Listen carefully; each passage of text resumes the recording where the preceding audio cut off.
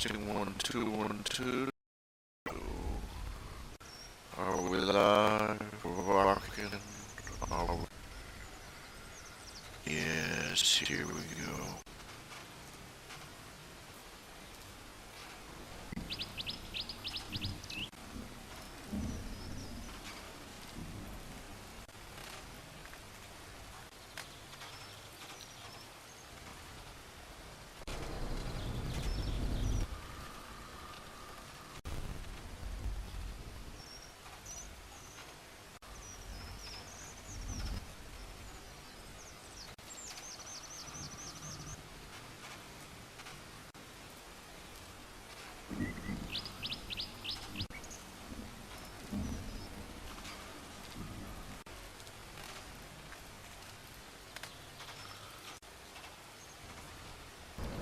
Come on, computer, giddy up, giddy up.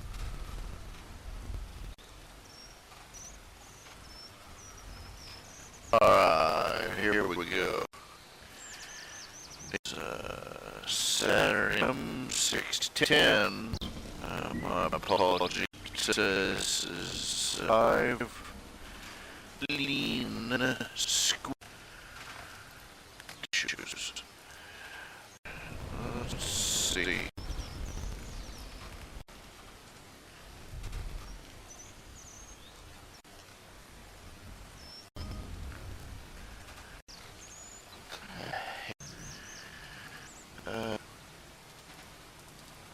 I got a split headache right now.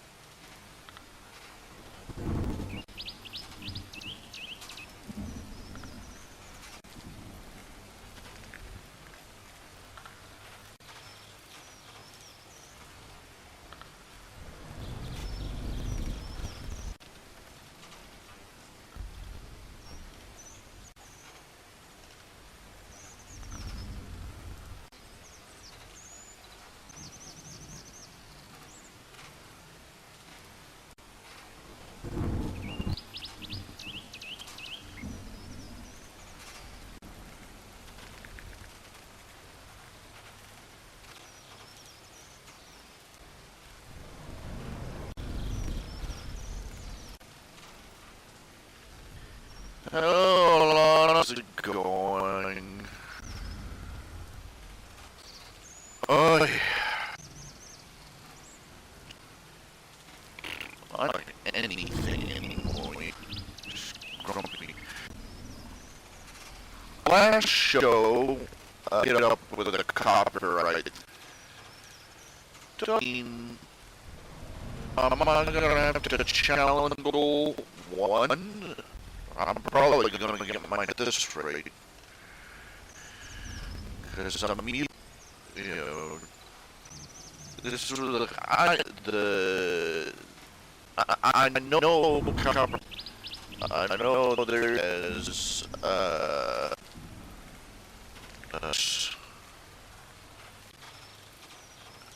doggone, this is ridiculous.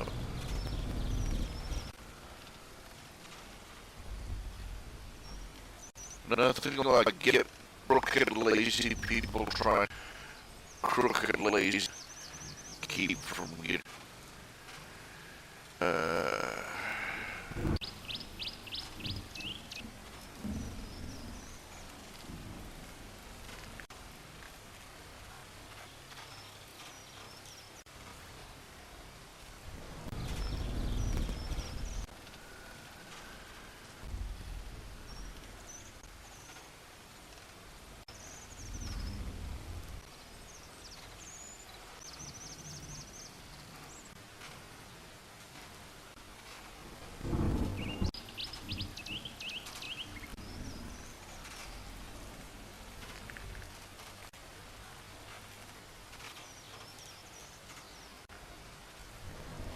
Just look at this right here, this image.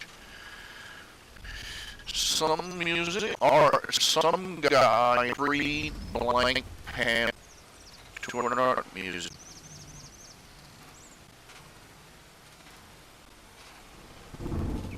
I mean, imagine having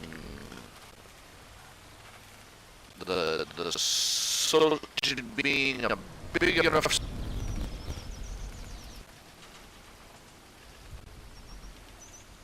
raging sociopath to be able to do that with a straight.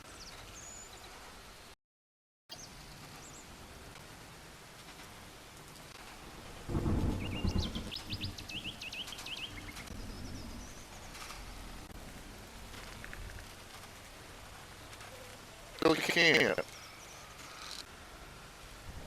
Just, you know, I mean, you gotta have brown balls marks in the ground on absolutely no nerve Medanium.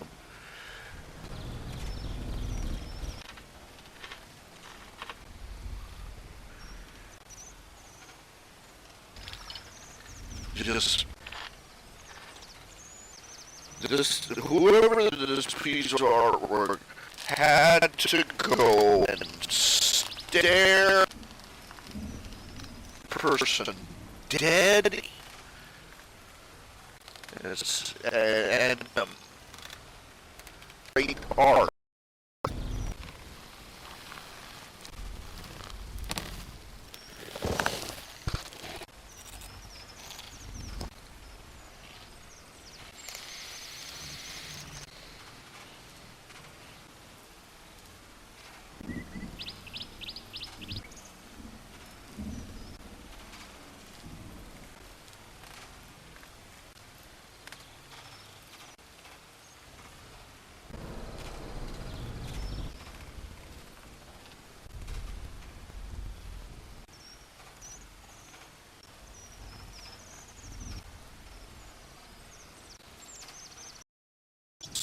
I can't even imagine.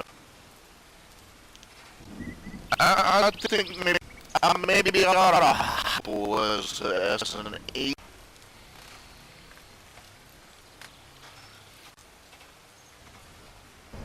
It's a crime. It's just miserable. There are people out that would get a finger painting class. A song for thousands and the old rant. This topic is in a stretcher. Okay.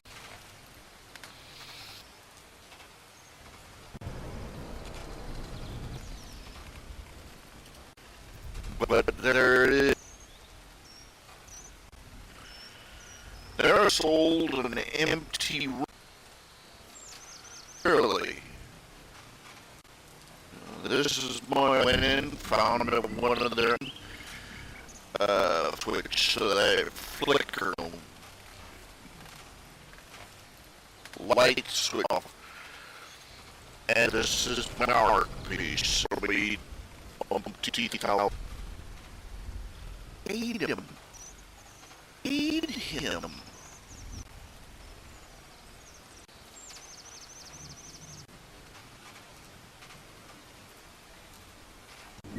Of course, I look at all that get published. In my case, I look at all these published and these terrible comic strips and that get out and press chance. Morale booster because they're terrible, you know? I mean, even these real greats you find on they actually sat down looking at a keyboard, but they But then I find to do this kind of stuff, it nerveless. Like, it's like having in the room and laughings, you know?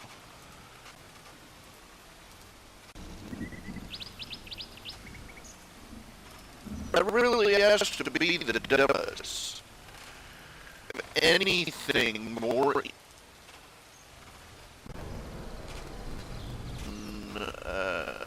reducing art to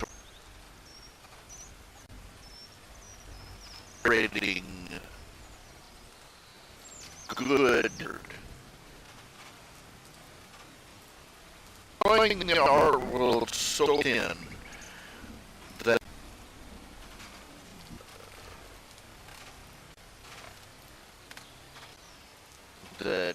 is rich and gibberish.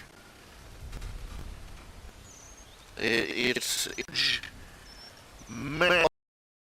middle in the face. Anything and beauty and skill and life formation. It's work.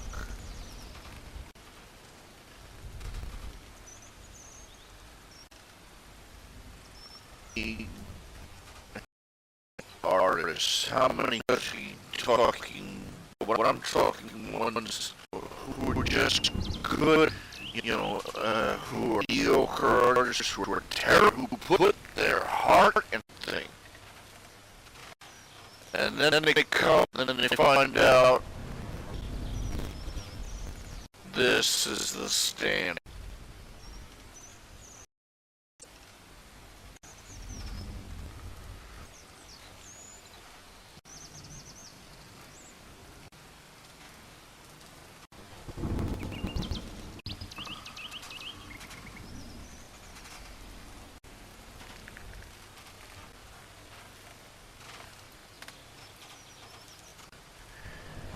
Indoors, T5 Mason Jar sold them as a demo.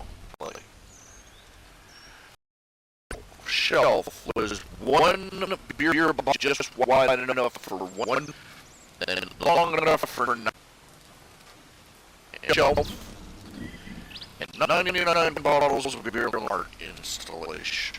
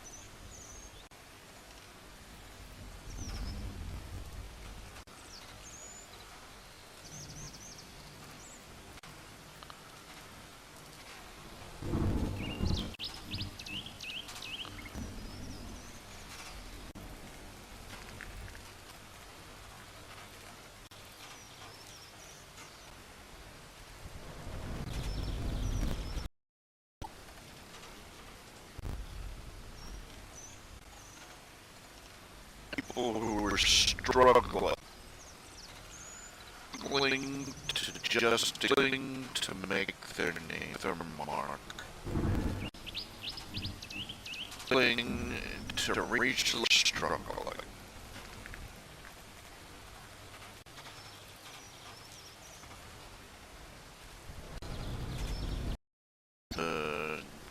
garbage in their path. I'm tired of this is my vice. This is my sin. I get angry that I am expect such incredible effort relatively way ahead.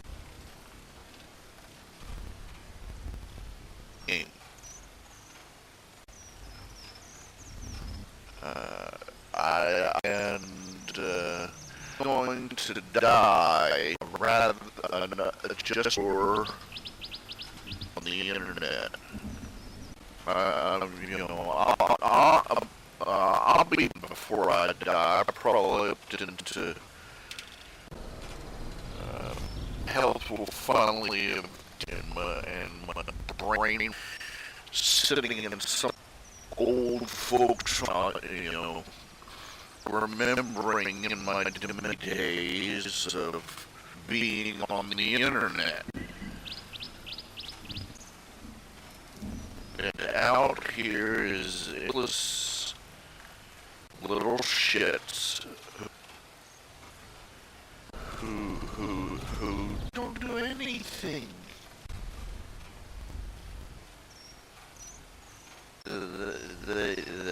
They just put their own feces on a canvas.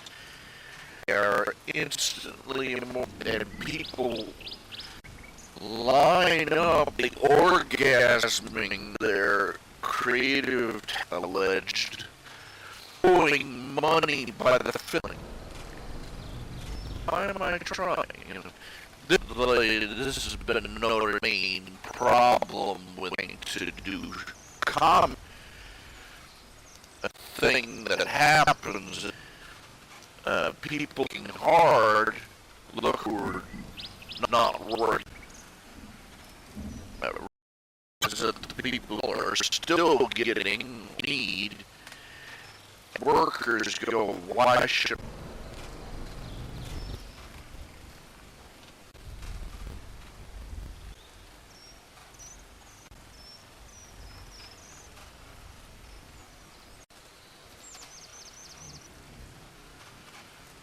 back if I'm not going to get as much louse over here. It's a way to slowly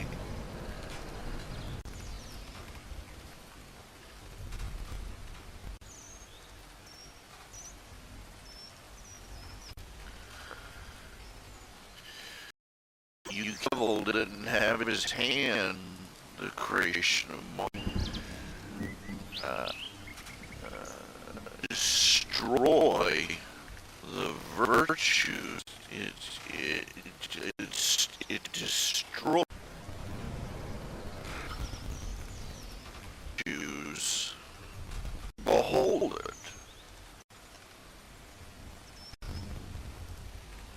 Destroys their in the value. Destroys their quality. Destroys their desire, their willingness for what they're doing.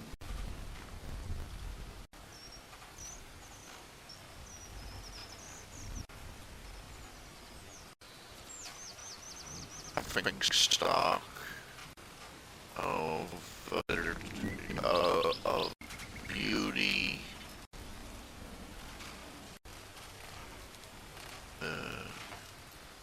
Race. It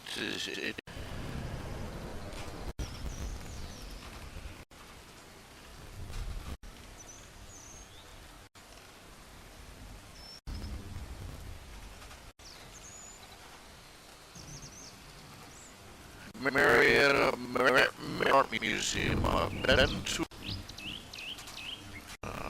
to a couple. What they have is most high.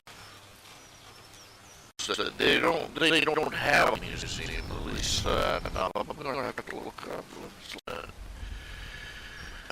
Look it up in a minute. Any modern art museum anywhere. Ohio. I don't think there's anything that looks like art. I've seen a couple of the stuff they had, old stuff that still had talent. It's all I can't see. It's my favorites. You know, they're not.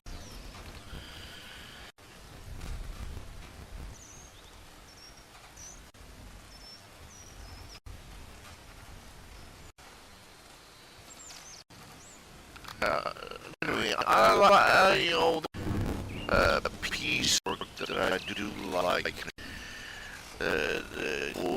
They're extravagant, thought-provoking. Too much of modern. It's the old emperor. Oh, this is art.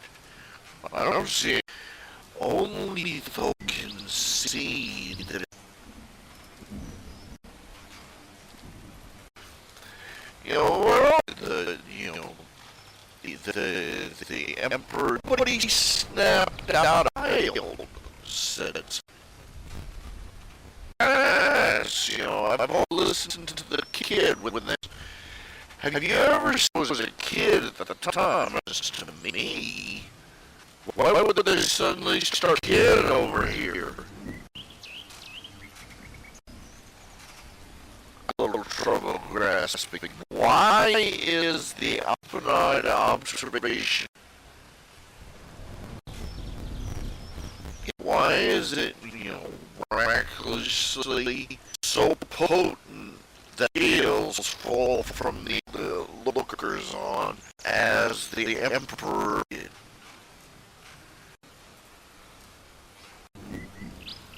I'm not. Have you?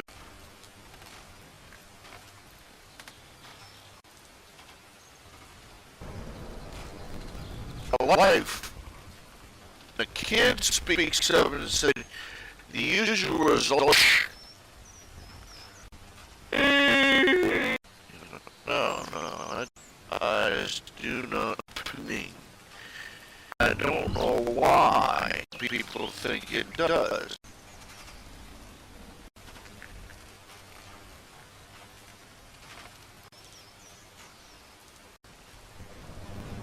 I don't understand, you know, it just confuses me.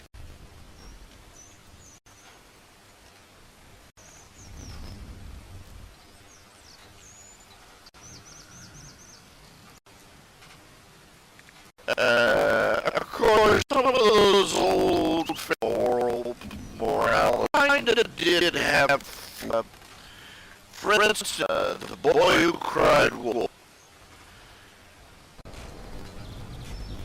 Please explain to me that they put him back on the time.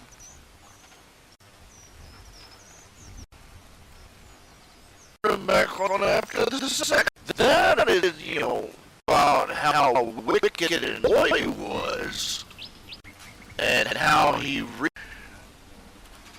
freaking stupid to put your village in hands twice. He demonstrated, you know, this kid's too imitating. We better move on. It's a little more responsible to be the lookout wolves. I'm just thinking that's this on the issue. Just a little, you know.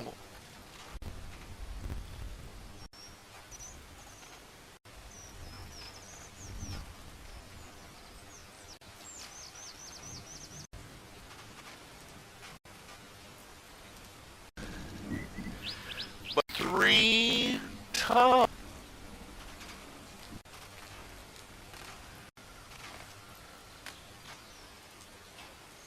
gotta tell you, you know, I figure it means that kid.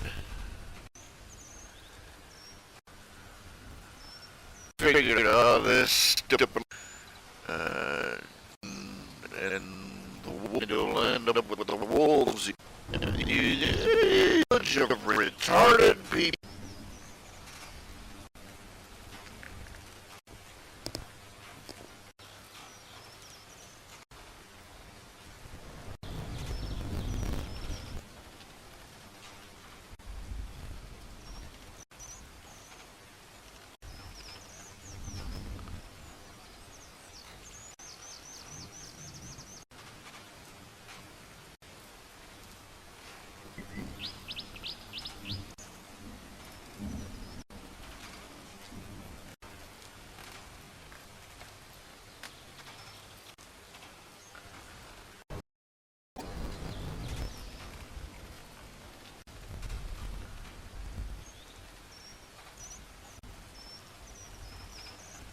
There's other that one of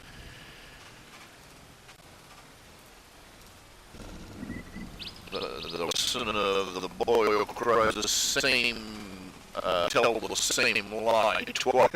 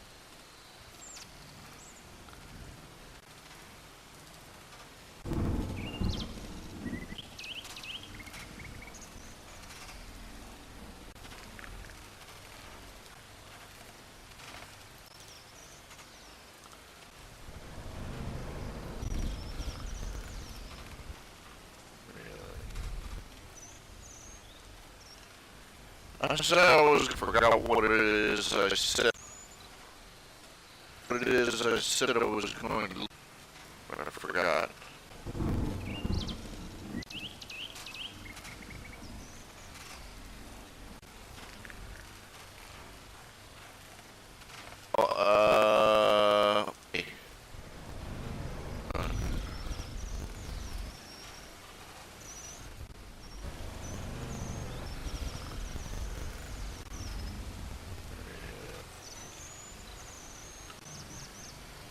I forgot what it is. Say, guys, let me see if we got a problem.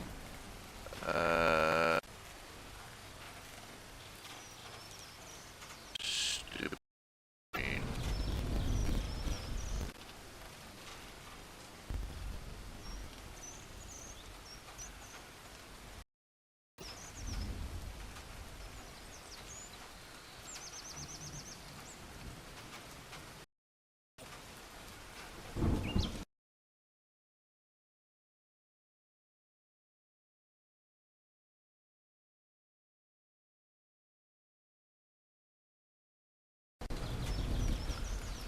Testing, testing, 1 2 1 2. Testing, testing, 1 2 1 2.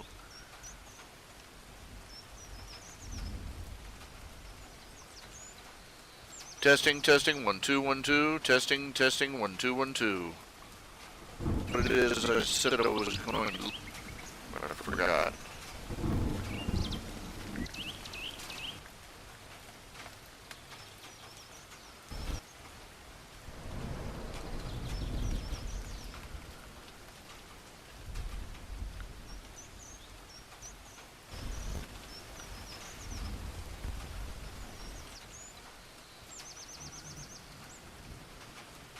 Testing, testing, 1 2 1 2. Testing, testing, 1 2 1 2.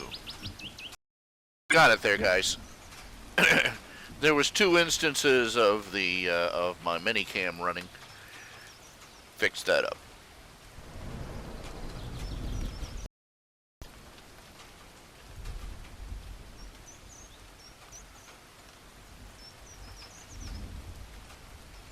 Let me check something. I need to.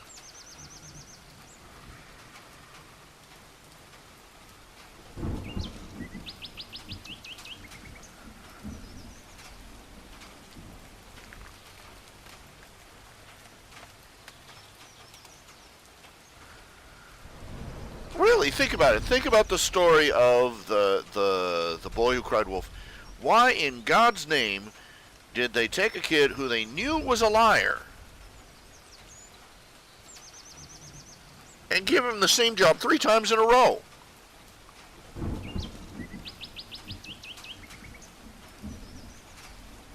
I mean, after the first time, in any realistic scenario, after the first time, that kid's butt would have been fried. They would have lit him up like a Christmas tree and gotten somebody else to do the job. So either these people were the most retarded shepherds on earth, or they had it in for that kid. We don't know, officer. He was just such a pathological liar. Nobody believed him, even when we heard the screams.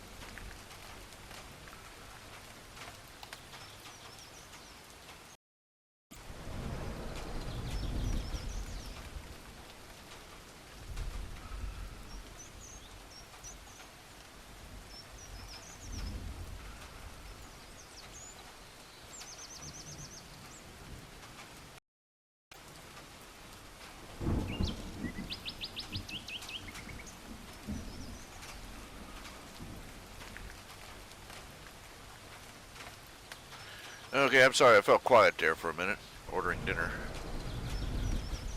Hey. Alright. What was I? Oh, yes. Current page.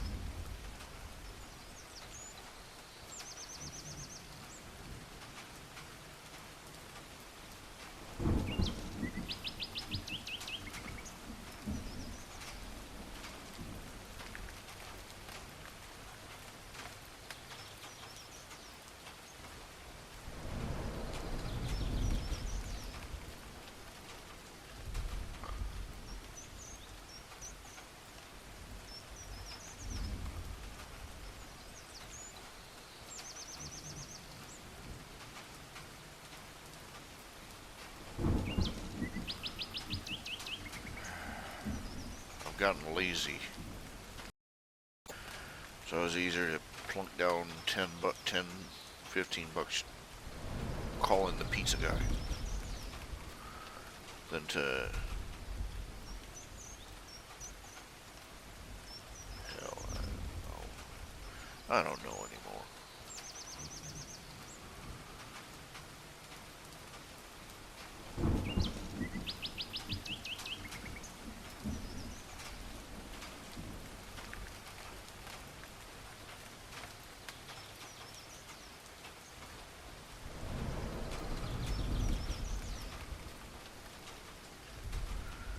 No, I shouldn't.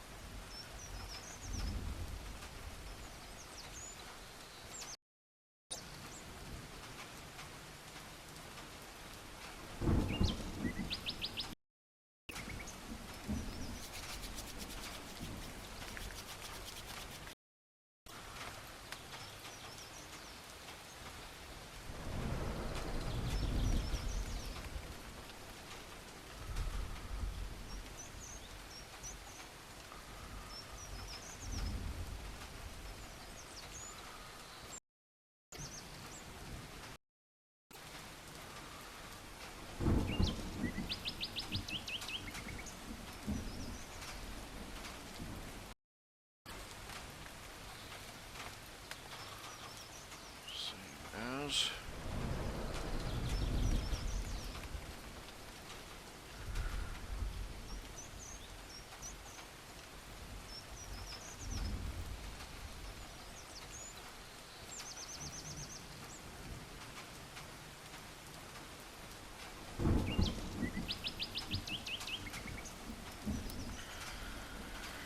Okay, let's see who's in channel. We've got Riley King, Lord Firebeard, and, well, Alana Troiano.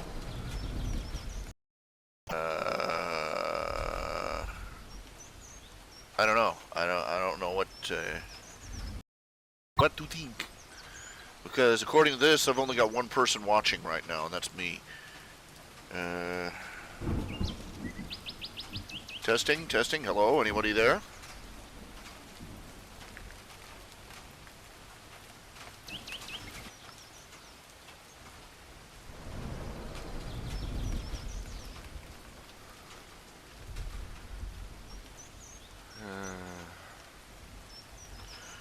Sad day.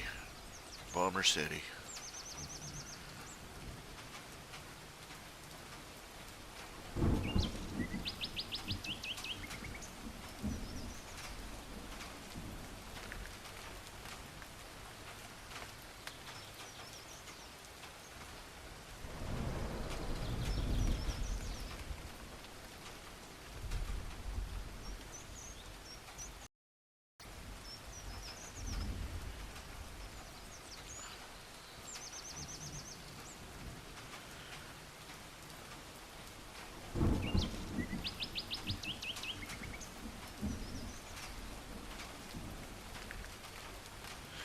Read a fan fiction on film fiction recently.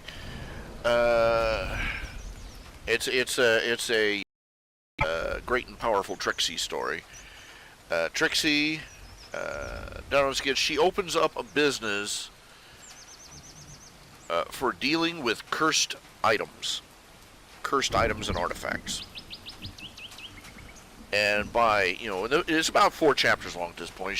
By sheer dumb luck, she's basically managed to solve about 3 or 4 cases and whatever was cursed. And, well, the thing of it is that in the most recent chapter, she's been confronted by some secret organization that wants her to join their ranks. Apparently, there's a lot of factions.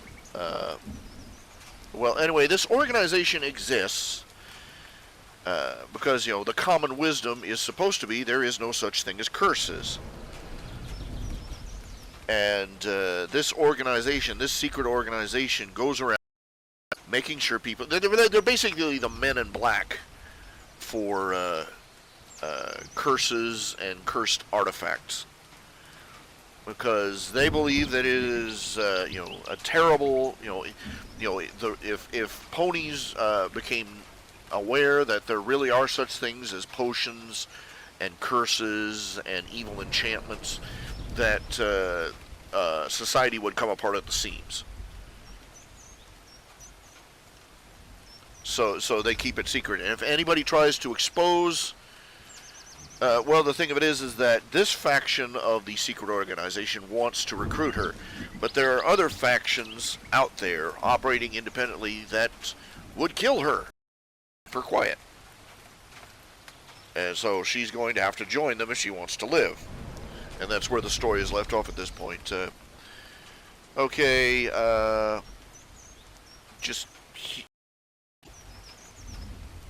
I never liked that meme, the Men in Black. I didn't. And first of all, because it wouldn't work. The number of people necessary to keep something absolutely silent is always exponentially larger than the people who are actually involved.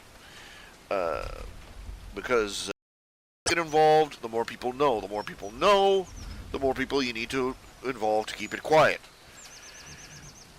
Conspiracies of silence don't last. They burst apart at the seams.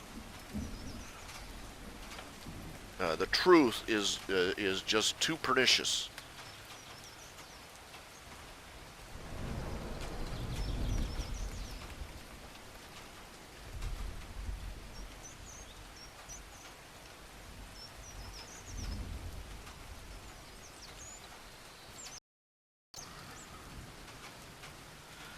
Uh, they have a terrible track record. They always end up exposed sooner or later. And second of all, in this scenario, it's silly. Okay, first of all, they're trying to cover up the evil enchantments and curses and potions. The problem is that they are public knowledge.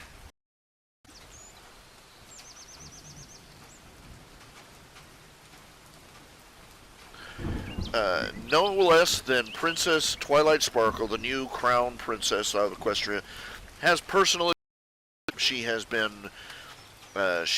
dealt with cursed artifacts, starting with the Alicorn amulet and working her way down. She has been subjected to curses by evil enchantresses, and one of her best friends is somebody who makes potions and sells them openly. And in fact is training a new potioneer of Apple Bloom. Okay, Spencer Zimmerman, email, let me check. What was the content of the email about? What was the email about? You say you sent an email 2 weeks ago. What was it for? And what was the name on it? Because I get people that come in there, their channel name is Floofy McNufferbutt, and did you get my email? I don't remember no Floofy McNutterbutt sending me a message. Meanwhile, Stromgor, Trog is emailing me over and over again. I thought you said you didn't get my email. So, let's see. Spencer Zimmerman. I may have, and just not know it. Just tell me what it is you want. Cause, writer seeking cartoonist thing. Yes, I haven't even sat down and done that yet. Spencer, which comic are you wanting to draw?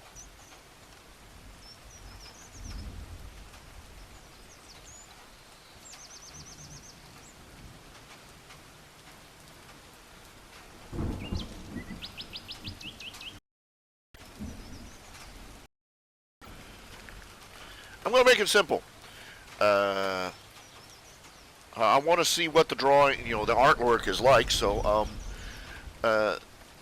send me the first. Take 5 comics, 5 of them. Doesn't matter, strips, pages, whatever, and draw them in your style, and send them to me.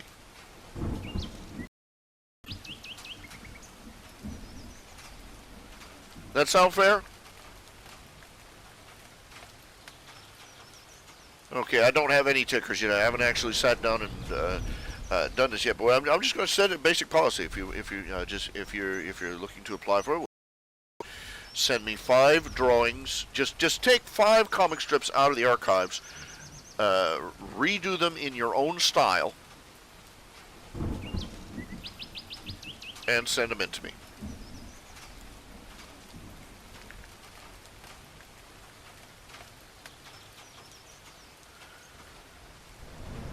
Great. We'll go from there. Oh. Oop. Oh, that's nasty.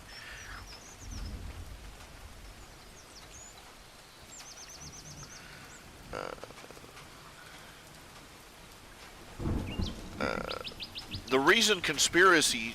think about it like this. The reason conspiracies are such a common trope is because conspiracies keep falling apart. If secret conspiracies were a feasible approach to ruling the world or controlling the world, we would never hear about them. And yet, all the time we're hearing about it. We're uncovering all these dirty tricks that the government has gotten up to, in back doors. Okay, pizza guy should be here any minute. I love this. I love this meter here. Okay. I just hope he bangs on the door solid, so I can hear him. Wearing a headset.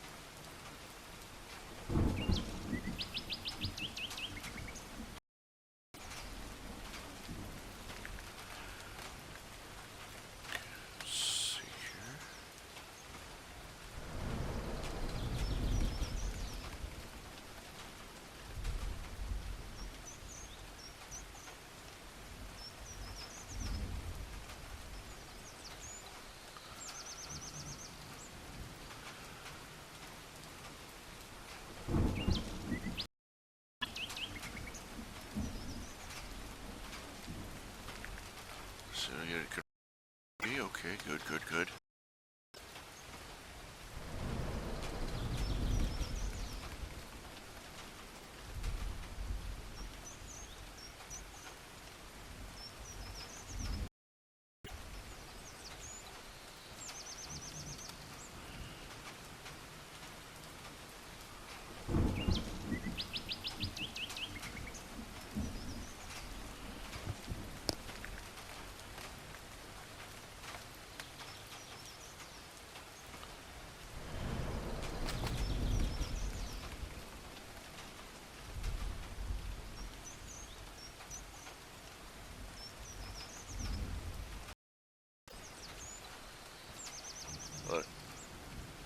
I don't know what it is with people.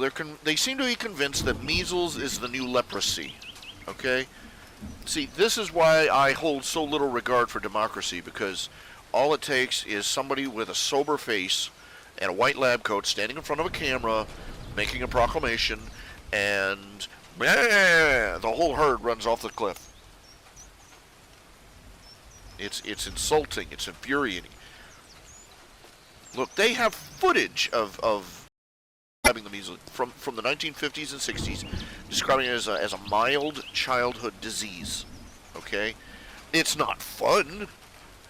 And yes, people have died. But people have died from the chicken pox, the mumps, a head cold.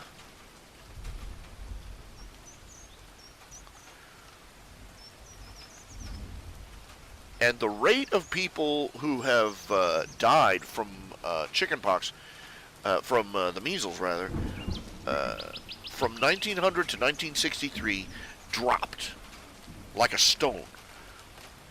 The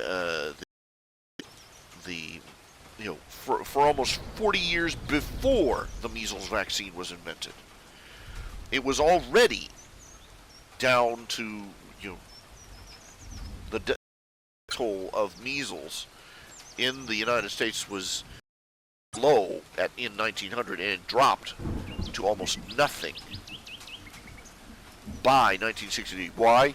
Better sanitation, clean water, better food, better nutrition. Even by the time the vaccine was invented, it was already regarded as a fairly minor childhood disease. It wasn't treated like it was a head cold, but they would put the child in quarantine and just chicken soup him up, But no, it wasn't the leprosy of the 1900s. All right.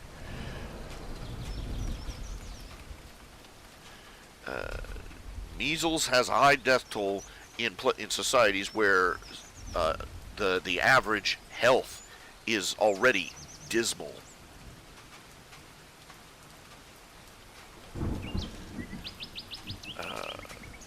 Vaccinating kids for things like polio, hardcore disease, yeah, I can see that. But for things like measles, chickenpox, no.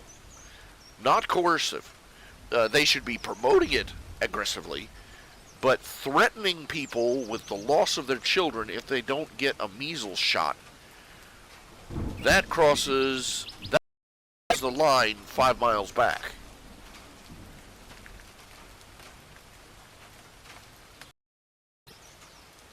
A shotgun loaded with rock salt is the only kind of answer that kind of attitude should get.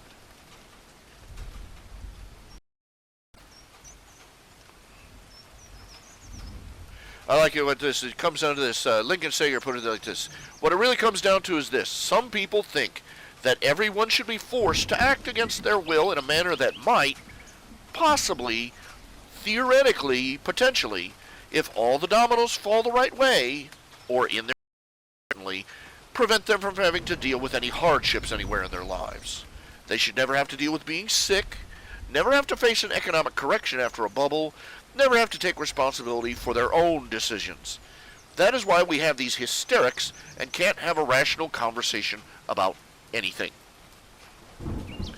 That's it right there. They've convinced these people that if your neighbor doesn't get a measles vaccination, that your children are going to die in a pustule-filled puddle.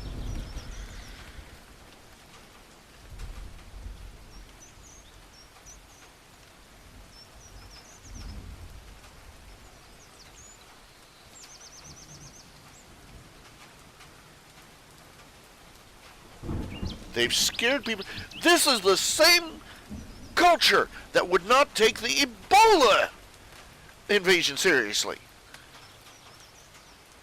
We've got people pouring over the south border, carrying all sorts of horrible diseases, but nobody cares about that. But chicken pox, oh, lousy, lousy, lousy.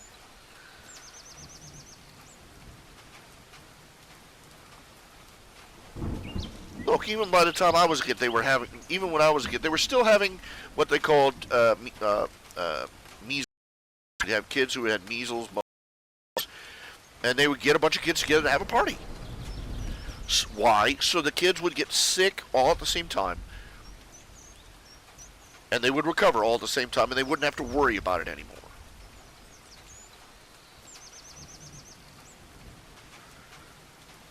Ta-da! The original form of inoculation. That's how they used to do it. That's how they used to give people cowpox to protect them from smallpox. And people who had cowpox would make a point of holding, these get-togethers so that everybody else could catch the cowpox and not get the smallpox.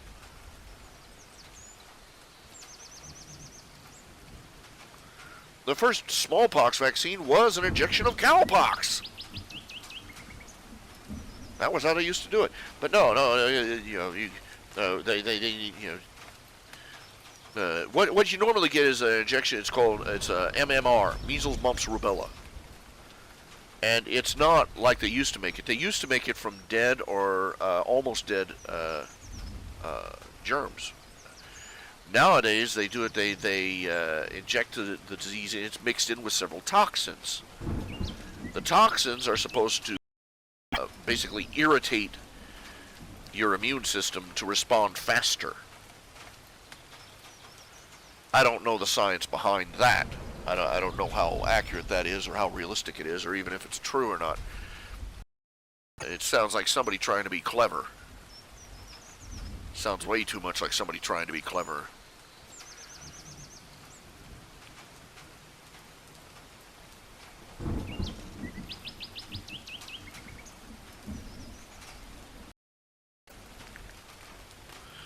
Anyway, no, this is the reason they're pushed. The reason the government is starting up this measles hysteria is so that they have a new avenue for taking control of people's children.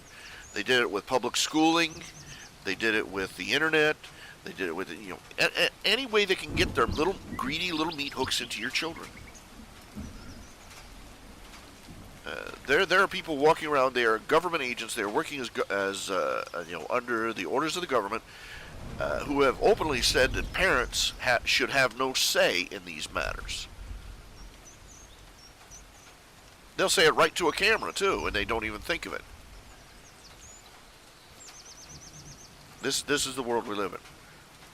Anyway, but getting back to actual topic here in channel, Riley King says secrets get people. Is that benevolent mentor characters in fiction do it all the time? Oh Lord, we could all go all the way back to like Obi-Wan Kenobi. What a jerk!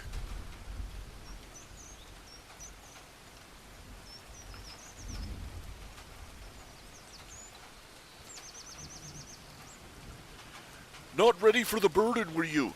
Oh yeah, so it would have been far worse for him to sit down in Ben Kenobi's old cave and hear this straight from the horse's mouth. Just a minute. Coming!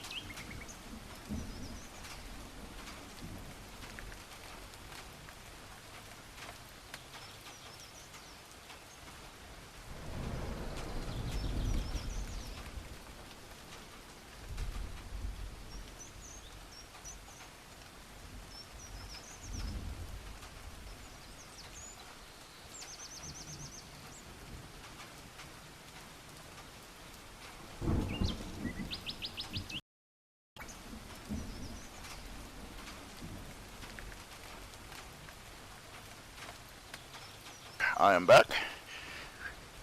Okay, as I was saying, yeah. Where was I? Oh, yeah.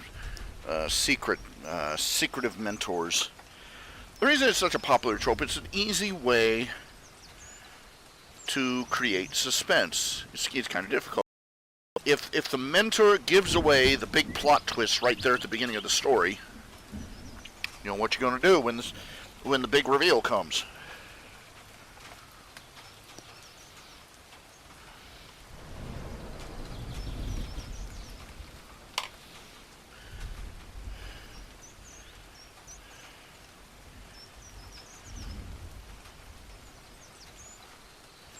That's kind of the point. Get what I'm saying? But it's overused, and often to the detriment of the story, because the mentor comes across as it's overused. Because now adults, grown-ups, do keep things from kids for their own sake. There are some things that the kid would not be able to deal with. There are some things that the kid would not be able to understand until they're older. And, again, that's an overexercised trope. A responsible adult eventually does reveal the truth to the kid. It usually hurts, but they don't wait for the kid to find out by accident. But again, popular trope, easy suspense. Easy way to get suspense and or a plot twist in. Now, I do take a jab at that. If you've read Parting Words, now if you're a My Little Pony fan, you know the was it the season opener for season 3 or the closer? The Crystal Empire, when Twilight went to save the Crystal Empire, and Celestia told her, you have to do this, and it's all a big important secret test.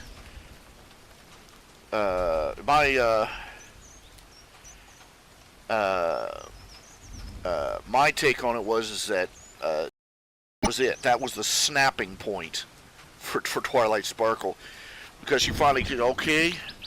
She basically pins Celestia in a corner and said, "Okay, what the hell's going on?"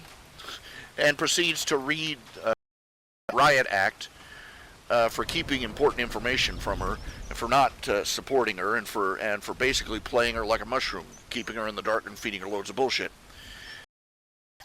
That was the Parting Words. That was the prequel to the Great Alicorn Hunt. The result was Celestia finally broke down, started being more honest with Twilight, gave her more information, stopped playing this as secretive a mentor as she used to. And the result was, instead of just Twilight ascending when she opened up that spell, all Main 6 did.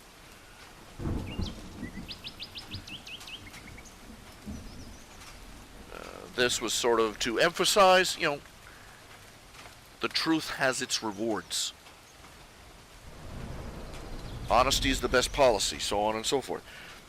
Well, if you've read, if you're reading The Great Alicorn Hunt, I still write Celestia as still best. My reasoning is that Celestia is thousands of years old. She's thousands of years old. And this is sort of a consequence, sort of a consequence of being essentially immortal. Is that she's lived for thousands of years, and she's reached a point where any time less than a month old feels spontaneous. Can you imagine being so old that doing something spontaneously is almost impossible? Think about it. Now, as you get older, you're not as spontaneous as you were when you were younger. You plan things out a week ahead, a month ahead, a year ahead. I can only imagine that somebody has lived for centuries. You tend to plan things out decades in advance. And it's very difficult, and then after a certain point, it's very difficult to let go of controlling them out and manipulating them from behind the scenes. And it's also probably difficult to be absolutely open about everything you do, because you do things that you don't think about as being particularly secretive. You're out there doing all these secret little plans, and it never occurs to you that you're keeping other people in the dark.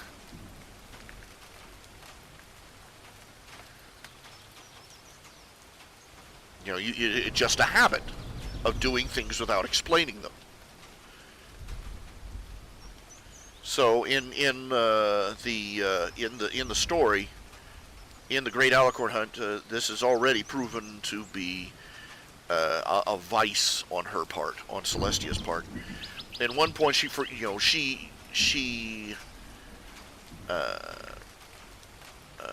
assigns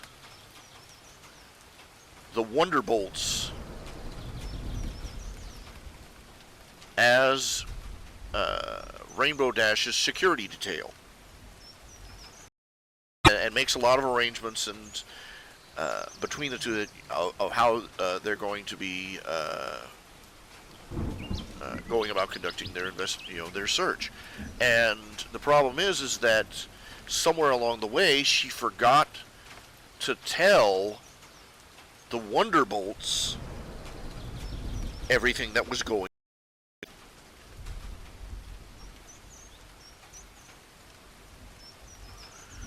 It never, it didn't even slip her mind. It didn't even slip her mind. It never entered it.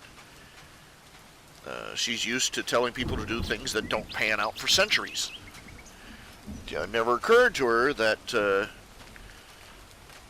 there would be conflict arising, because the Wonderbolts don't realize what's really going on. They think they have been put on a vanity detail for somebody who has just been jumped up to princess for no reason at all. And this causes problems. And it's also being hinted at in the story, hint, hint, hint, spoiler possibility, that Celestia is keeping something very important secret from everybody in Equestria right now. But she has some justifiable reasons, which will be revealed eventually.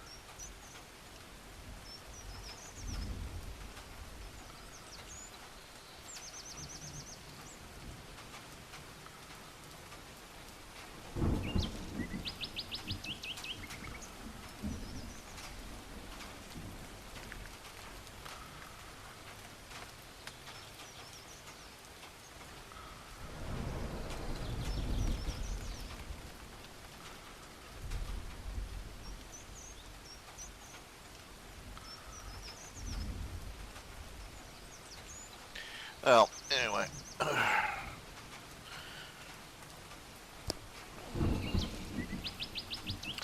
Give me a second here. I'm trying to... Ow, darn. Trying to wrap my leg here. I've been going to the health clinic, they've been doing the leg wrap thing, and the thing of it is that the bandages they use don't stay wrapped for more than a day or a couple of days. They're much better at it than I am, obviously, but I use these ace bandages wrapped around my feet and legs, and I don't get them evenly. and I use it. And well, anyway, the bandages they use do not stay wrapped properly as long. And by the third day, I'm walking around. The bandages have unraveled off my foot, and I'm walking around like trailing them behind me like something out of The Mummy Strikes.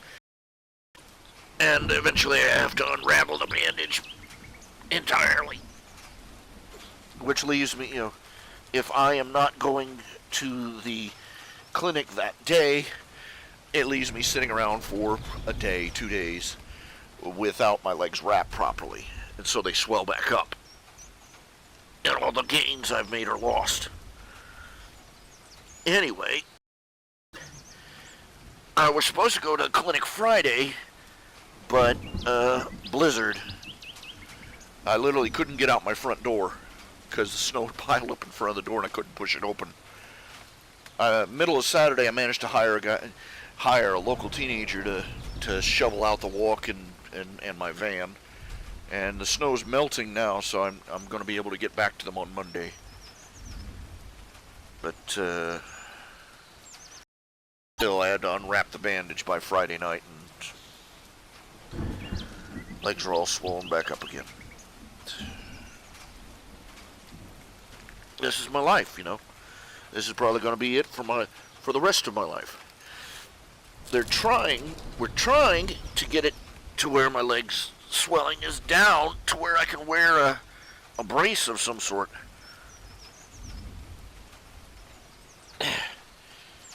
A pressure brace of some sort.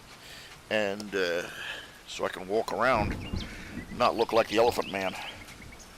I'm a human being. Oh my.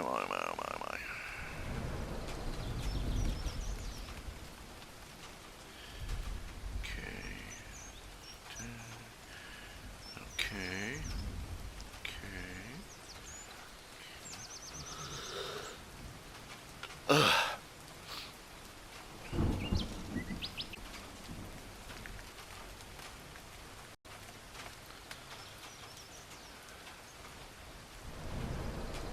I don't know if any of you have been reading Cheerilee's Class. I should have a new chapter up tomorrow night. And it's all, dribs and drabs here and there. Should reveal a little bit more about why Frosty is so grouchy and surly in spite of everything. But minor spoiler. I would think it's kind of semi-obvious at this point that unlike the typical poor little outcast story, the kid who's bullied or picked on or doesn't have any friends or anything like that, he's always that situation. He's unpopular. But Frosty, on the other hand, wherever he's gone, he's been very popular. People have been very eager to buddy up with him. But the problem is they want it for all the wrong reasons.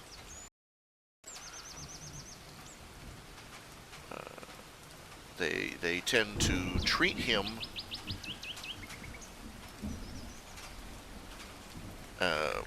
like a circus exhibit.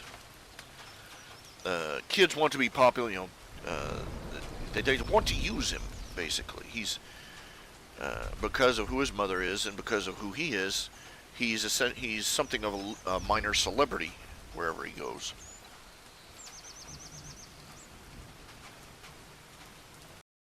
Something of a minor scientific curiosity. Which means that adults treat him like he's a monkey on exhibit, and kids treat him like he's a free meal ticket. Or a free popularity ticket, however you want to look at it. Meal ticket might not be the right phrase. But, so naturally he's kind of antisocial because, as far as he's concerned, all the people likes him. As he'll put it, everybody loves him. Everybody likes him. Everybody thinks he's the greatest thing since sliced bread. until winter rolls around. Or until he makes a mistake and freezes somebody's wading pool, or you know, until he decides he doesn't want to be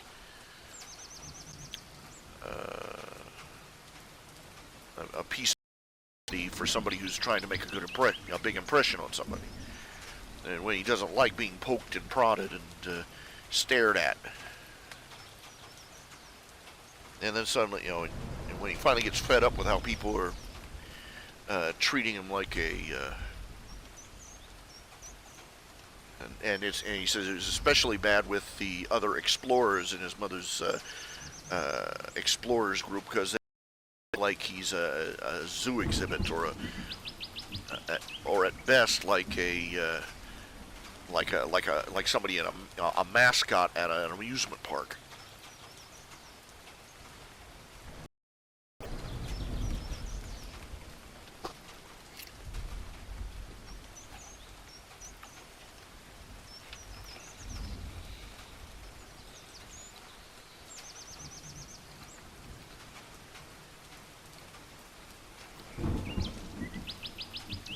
Being popular isn't the same thing as being liked.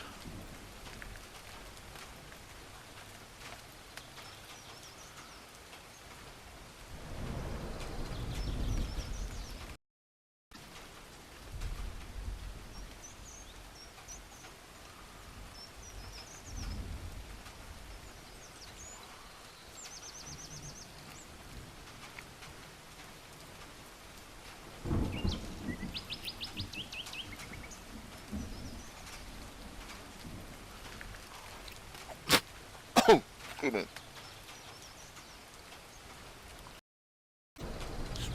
Big.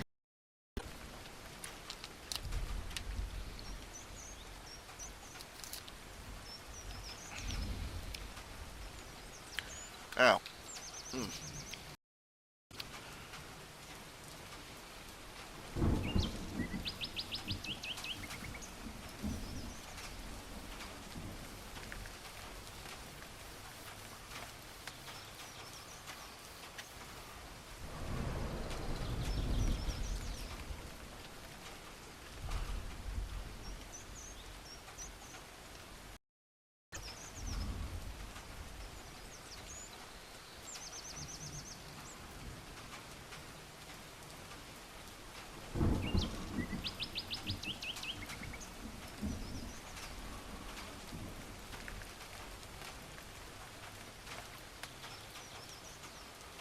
Pineapple juice is 500% more effective at helping you stop coughing than cough syrup is.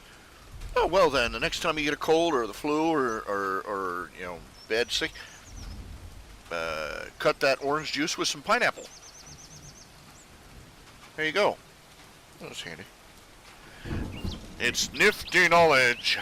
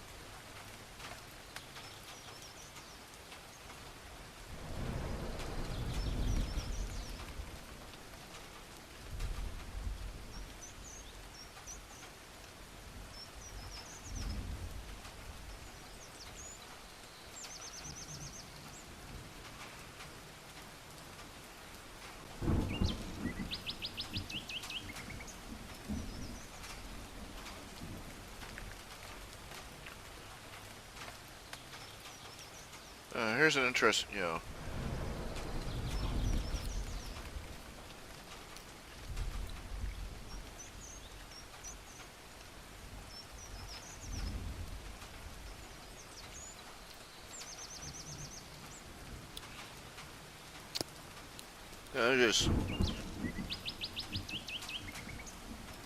This is some interesting stuff for people who want to save gas.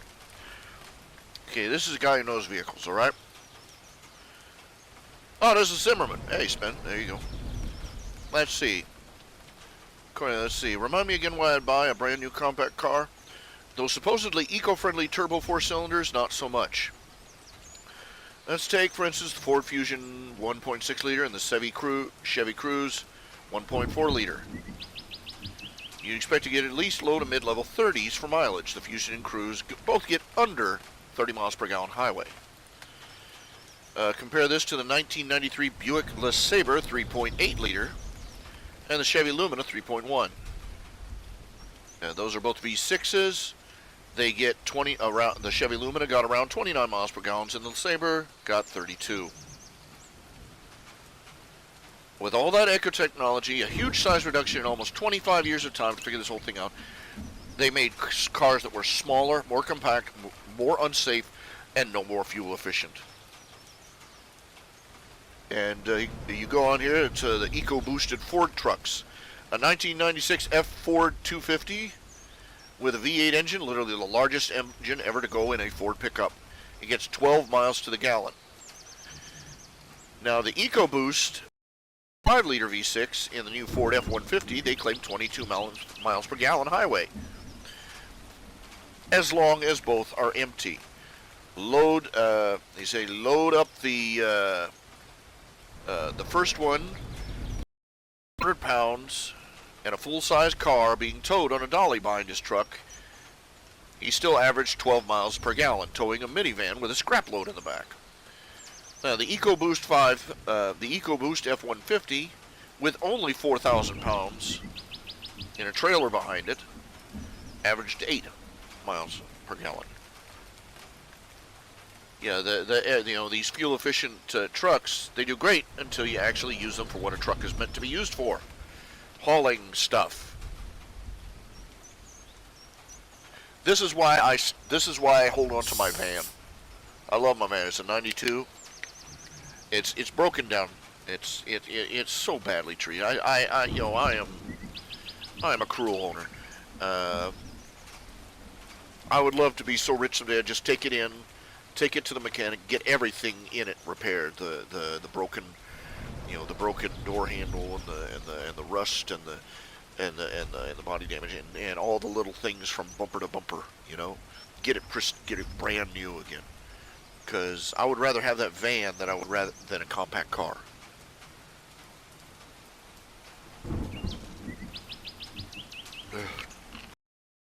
Wasn't too long ago my parents showed up. My dad wanted to help me buy a new car. You'd think that'd be great, right? Now he was talking about a compact car, little bitty car. You'll save so much in fuel. Yeah, if I could squeeze myself into it, first of all. And second of all, I hate to break it to anybody, but gas prices go up, gas prices go down. But the size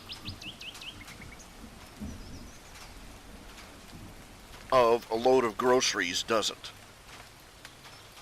Or of a load of repair materials for fixing up the house, or plumbing fixtures, or 2x4s, or lawn equipment, all the stuff that you haul in a van or a truck. And if you ever, my van has, it has a layout bed in the back, but it also, it can be adjusted. It has 6 people in it. So if you ever need 6 to 8 people hauled someplace, hey, I'm good to go. But if I got that little, I get in there, no.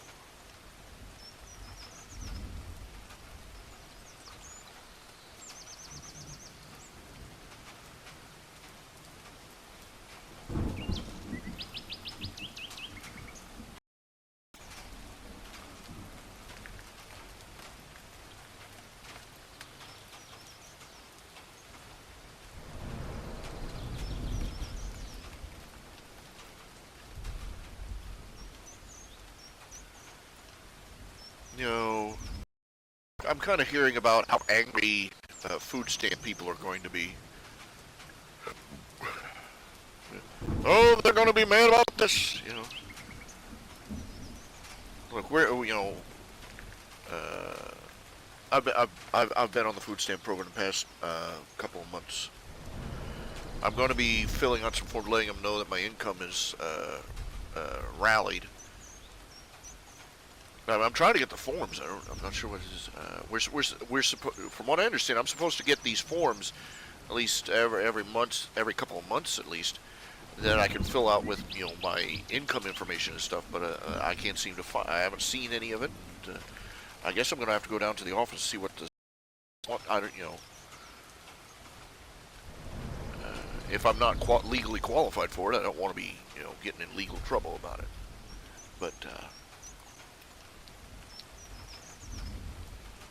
I'll just call the office, see what their story is.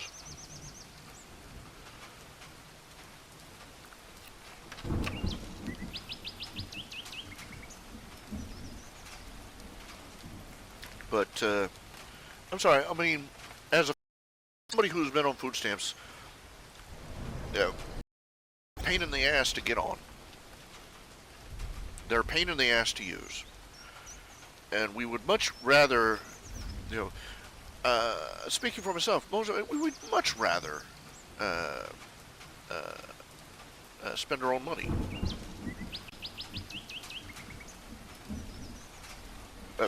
Maybe I'm not like second or third generation welfare, so maybe I have a different.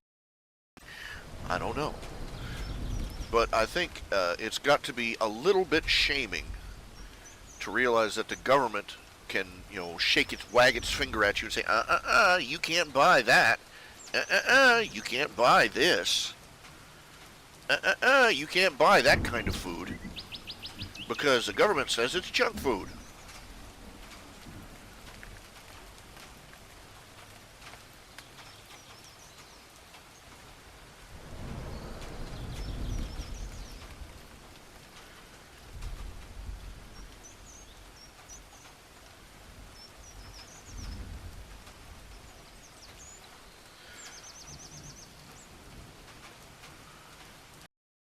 This is a ridiculous thing. You could go out, use your food. This is stupid. You could go out, buy the ingredients for a chocolate cake with your food stamps. But if you go out and buy the actual chocolate cake, that's not allowed. Think about it. And some you can buy a raw chicken, the exact same chicken that's been and is selling for I might add, the exact same price, sitting in the deli. You can't touch it.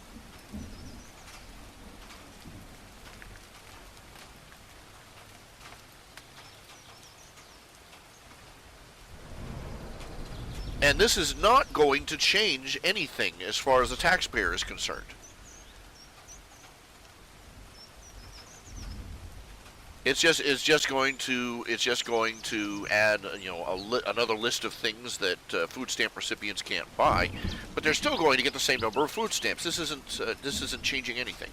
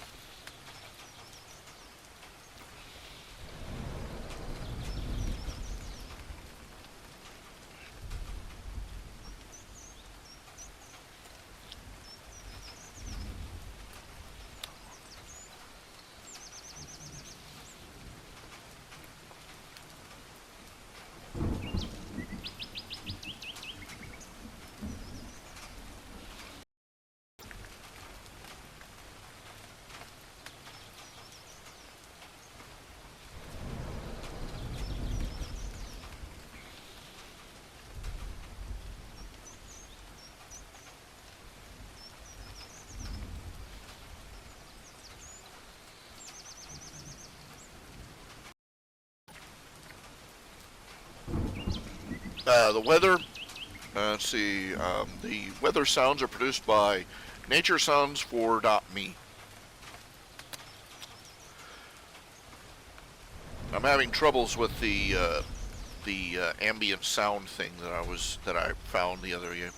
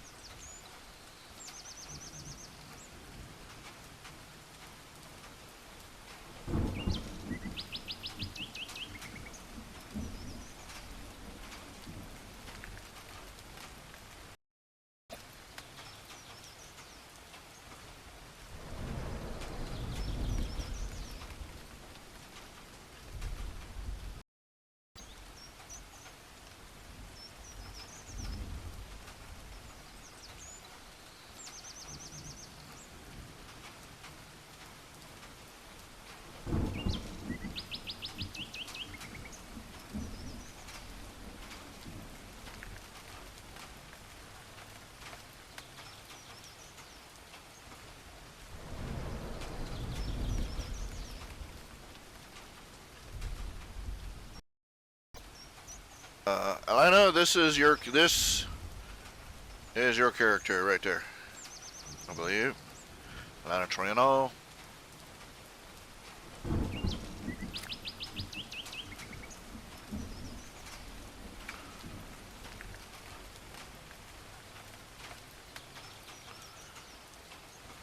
You said you wanted something similar to the Dragonborn in D&D.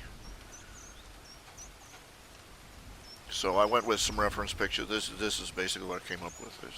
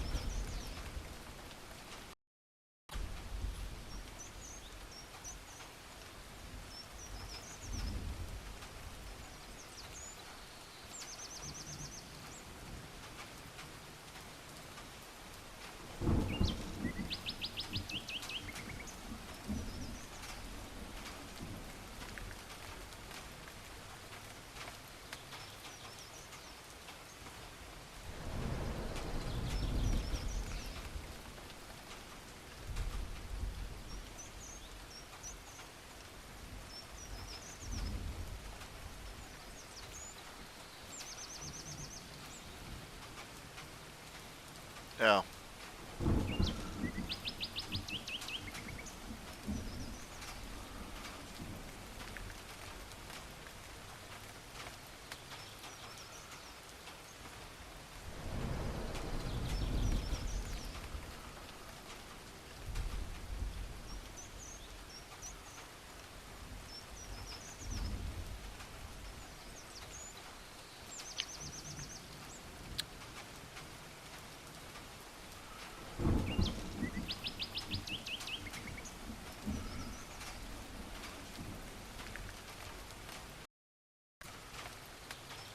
Let's see. Blue. Okay, that's a good shade. And uh,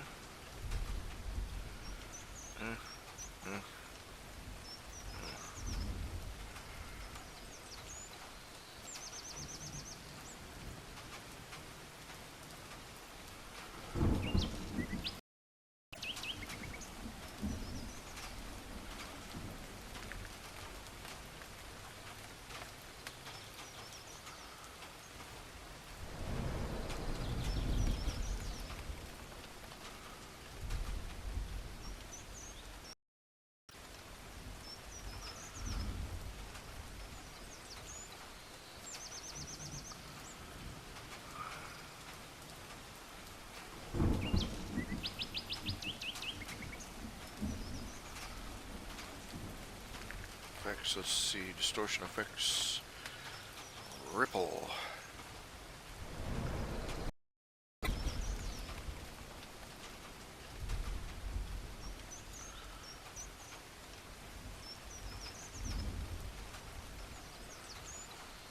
That's not what I wanted.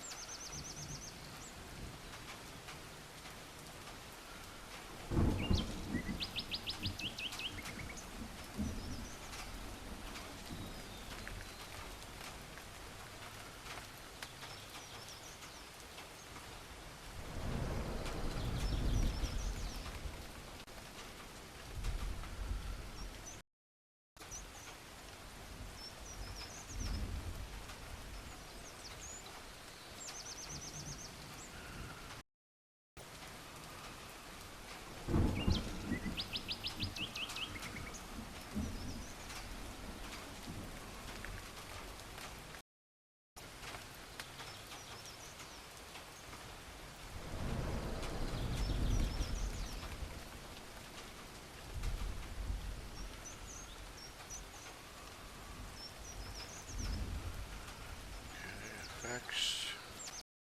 Edge distortion. Ripple.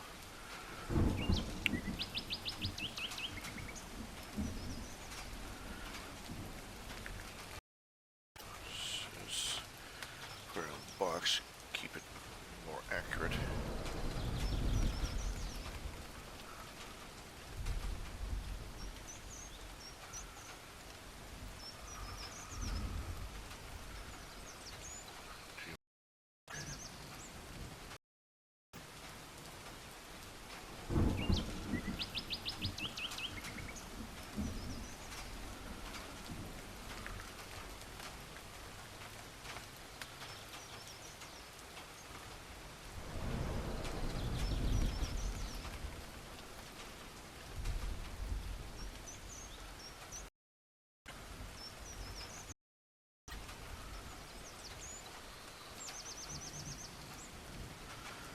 I guess you can't do it that way. That's effects. Adjust effects. 3D effects.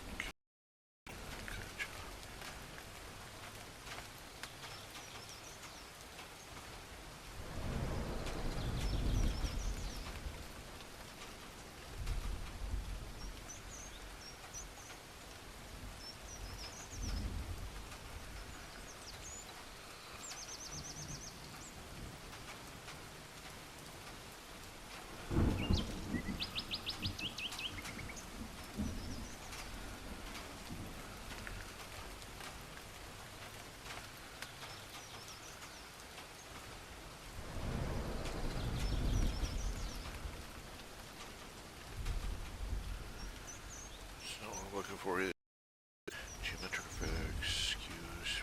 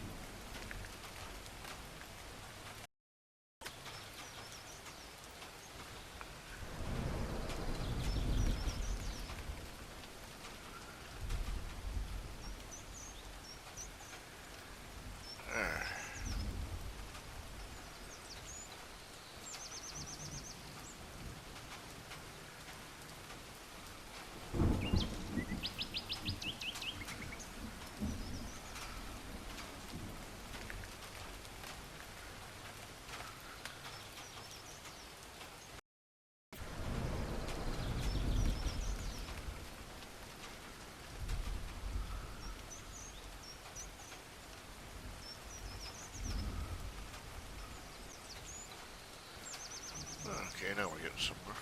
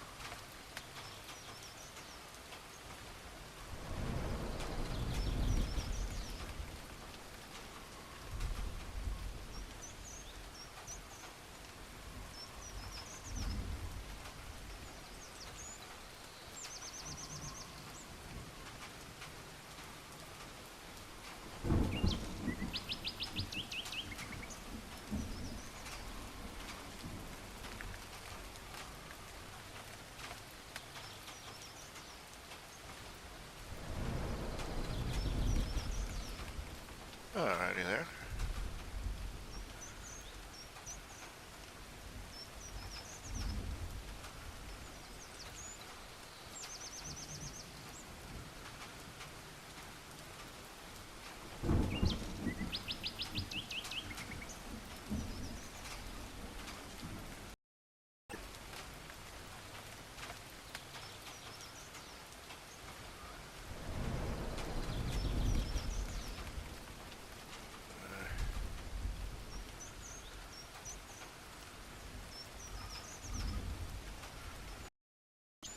Let's see.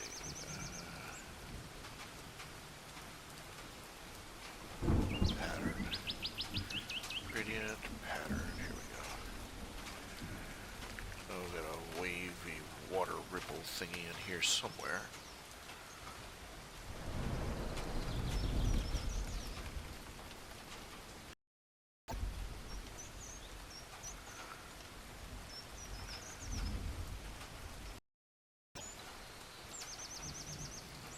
Oh, this might work.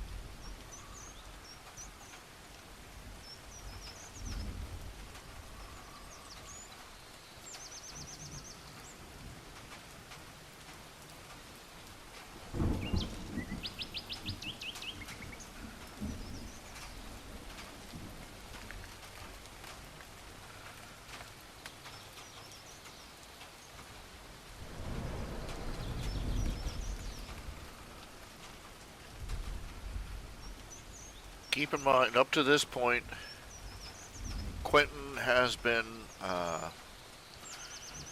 let's see, Omnibus has been translating for Quentin.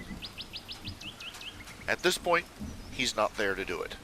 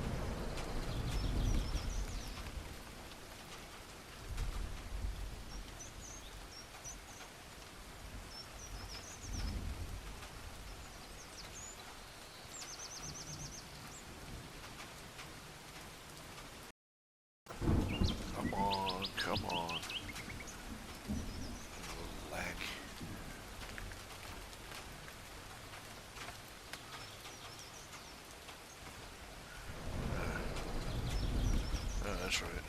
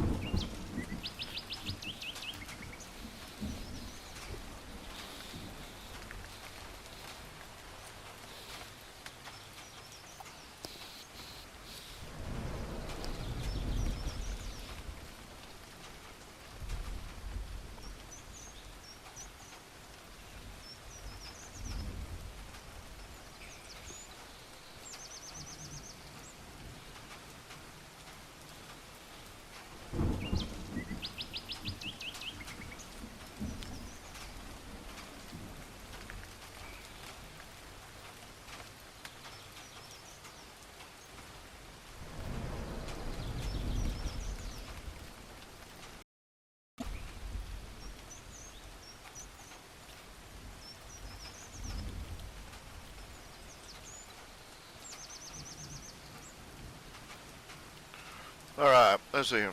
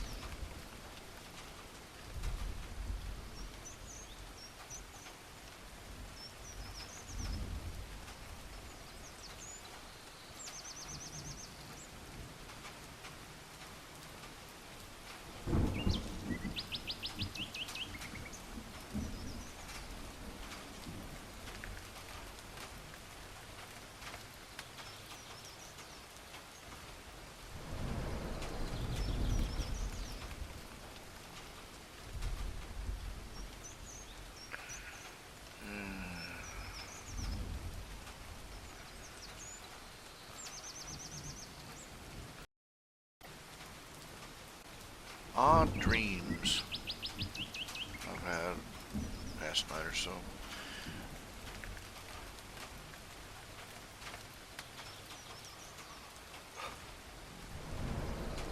Beg pardon. Very odd dreams.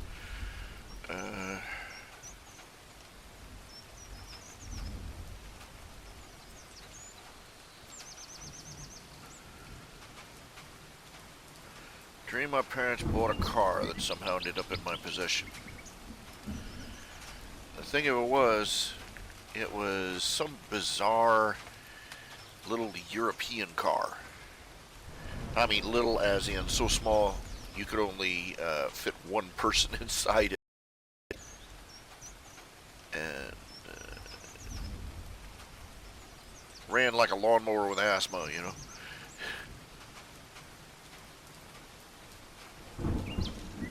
I've had weird dreams like that about vehicles, and that I'll get a car or something, and as I'm driving along, it gets smaller and clunkier and shoddier until eventually it's little more than like a chair and four wheels. Propped up against, just a car or a cardboard box just sitting there in the road.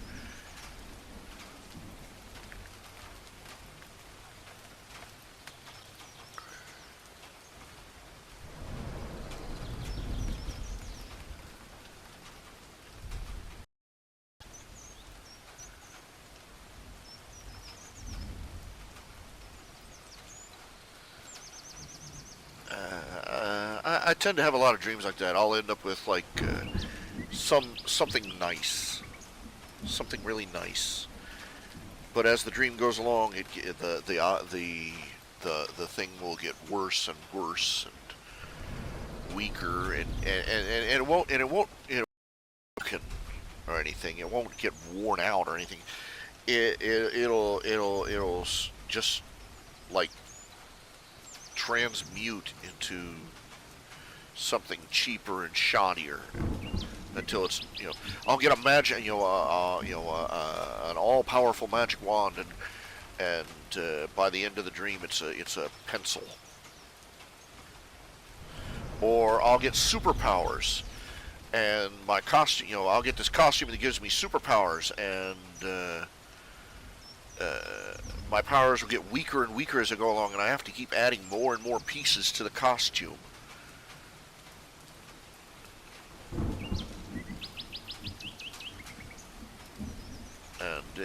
eventually it's no good at all. Or I'll have one of those alien encounters. I'll meet my own version of E.T. and this is so cool. I'm hanging with an alien, and then uh, and introduce him to anybody. Nothing but a plush toy.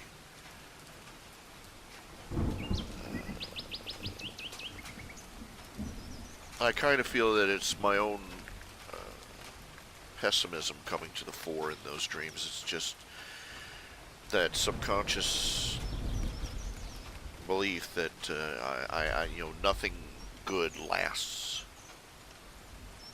That I can't even get a decent amount out of it before it's taken away from me.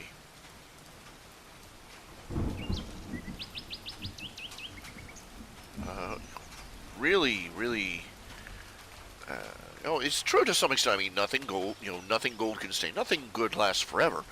But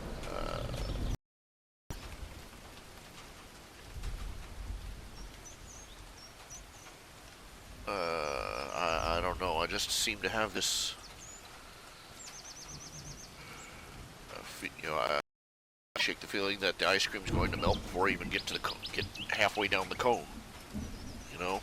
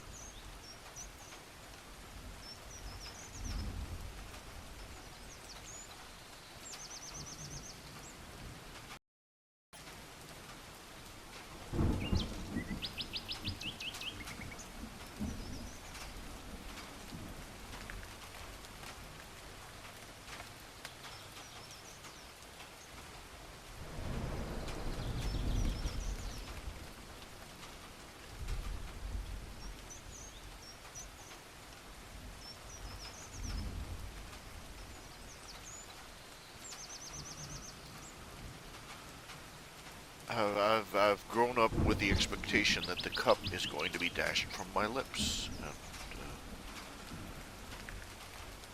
and I don't know why. I wish I knew, and I wish I could. I mean, one of the articles of my faith is that there are going to be rewards that last forever, that they're going to do last forever. But I can't bring myself to feel it, to believe it, to take comfort, or even to take comfort in it.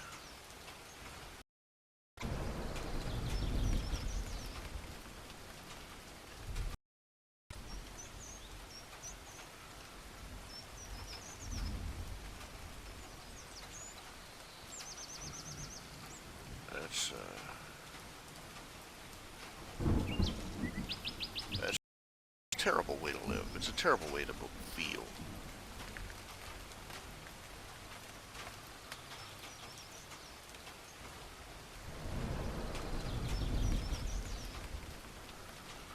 Believe me.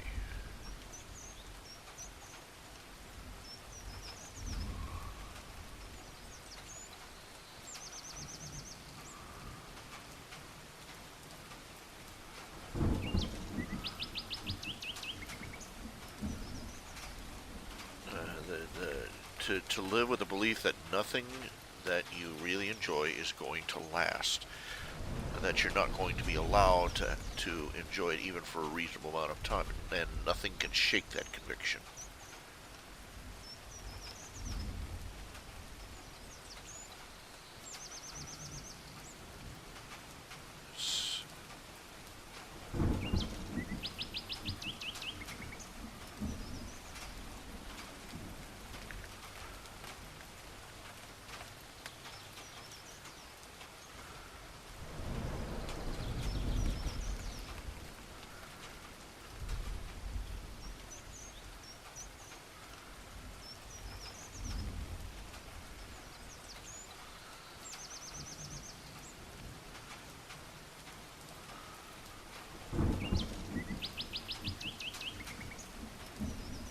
the cruelest thing, the most thoughtlessly cruel thing that my mom ever did to me.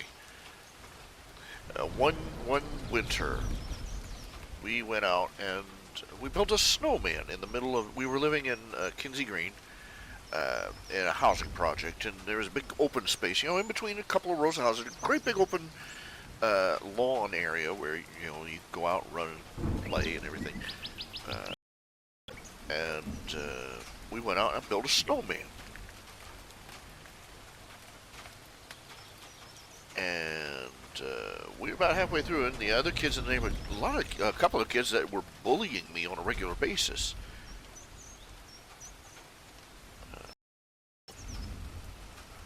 came over, and they, about 2:30, they jumped in, and they started, quote unquote, helping. I was on edge as hell, because mom, my mom was standing right there, but these were the bullies. These were the guys that were, beating me up every chance they got, and hitting me, and she didn't run them off or anything. Oh, sure, you want to play too? Here, and we finally finished the snowman, and I was so thrilled, and the bullies turned to her and said, "Can we knock it down now?" I was like, "No, this is my snowman." And she said, "Oh, go ahead." And they proceeded to pummel that snowman to bits right in front of me.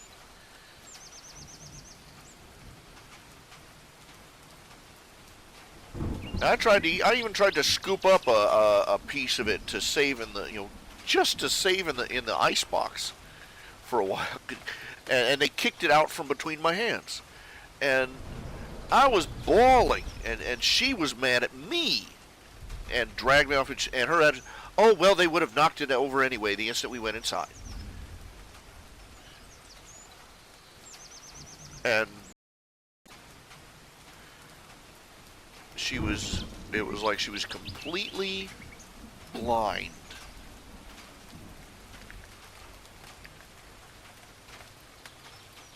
to why they knocked it over, why they came over, why they knocked it over.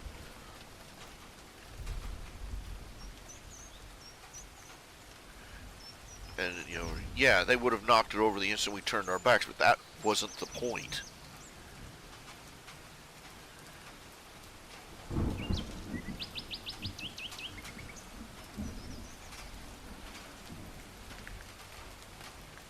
And I never felt so betrayed, I don't think, in my life.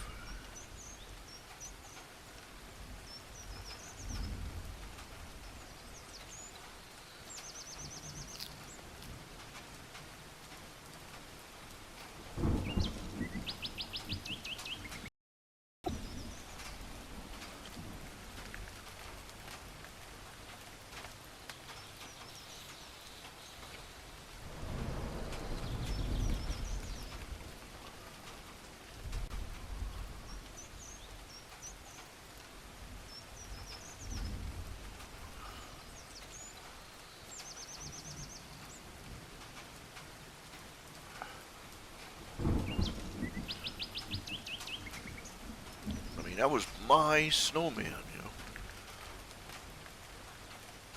And she let the people who I hated most in life destroy it right in front of me.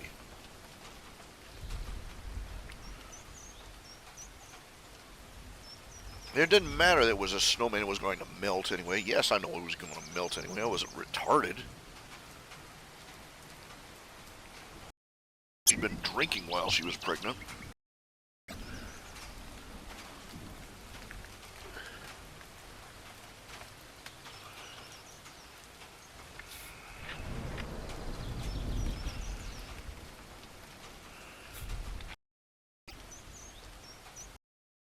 No, there wasn't really anything she could do about it. But she could have at least, I don't know,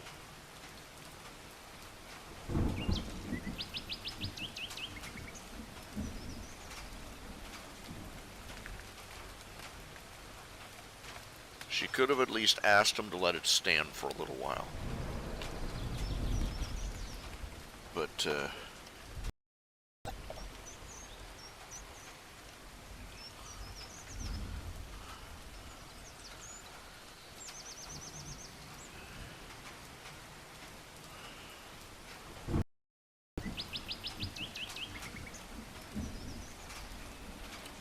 I don't know. After that, I always felt like I was talking to somebody who could never really understand what I was saying.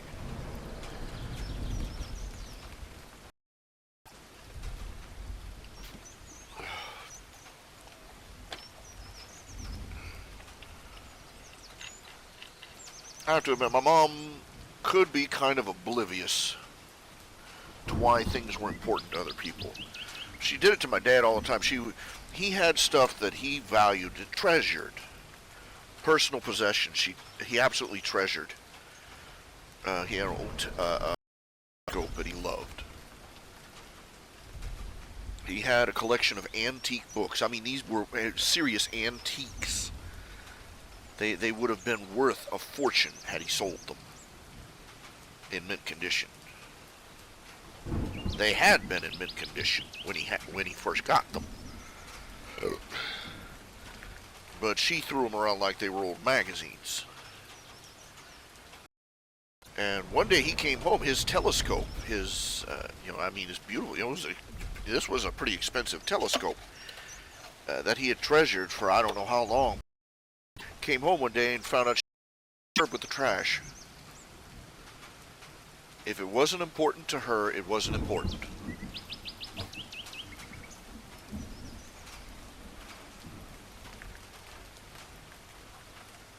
We all do that. We all miss the point. We all have trouble understanding why something that doesn't matter to us is so important to somebody else. But some of us seem to practice at it.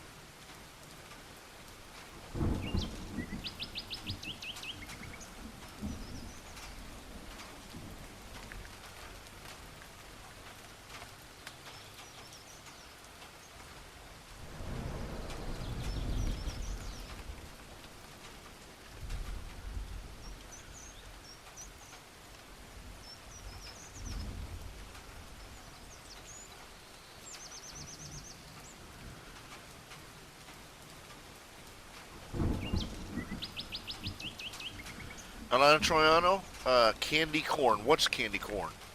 What? Candy corn? Oh, the little points. Took me to what? Candy corn.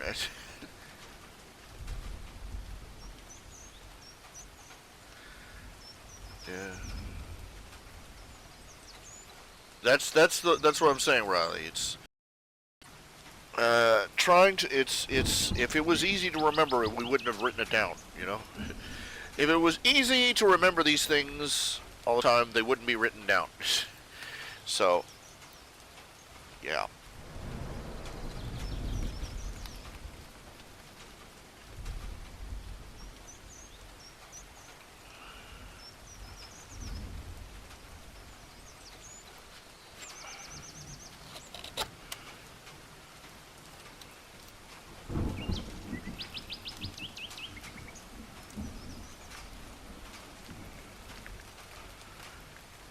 We are flesh and blood beings. And reminding ourselves of the heavenly treasures doesn't change the fact that having the things we struggle for and aspire to and build here in this life, having them dashed from our lips by the spiteful or by cruel chance doesn't make it any easier.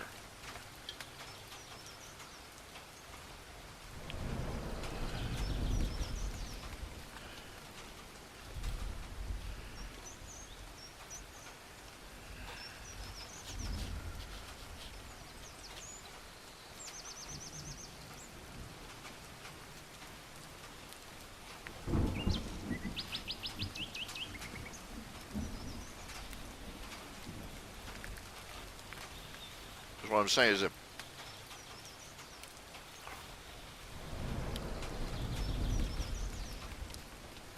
the expectation that everything, you know, my instinctive expectation that anything good I get is going to crumble in my hands comes out in my dreams.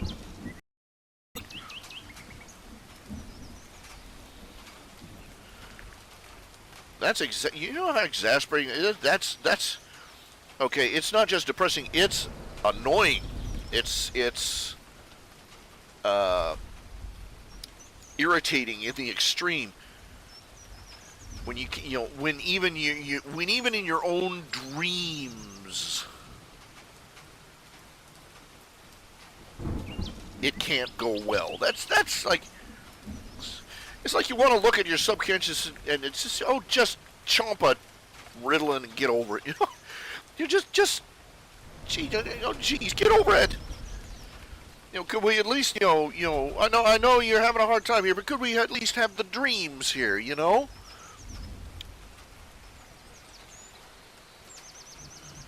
Could we at least have the dreams? And your subconscious is going, no, and smokes another clove, flips his inky black hair back away from his mascaraed eyes as, we're going for the grim dark. You know. But,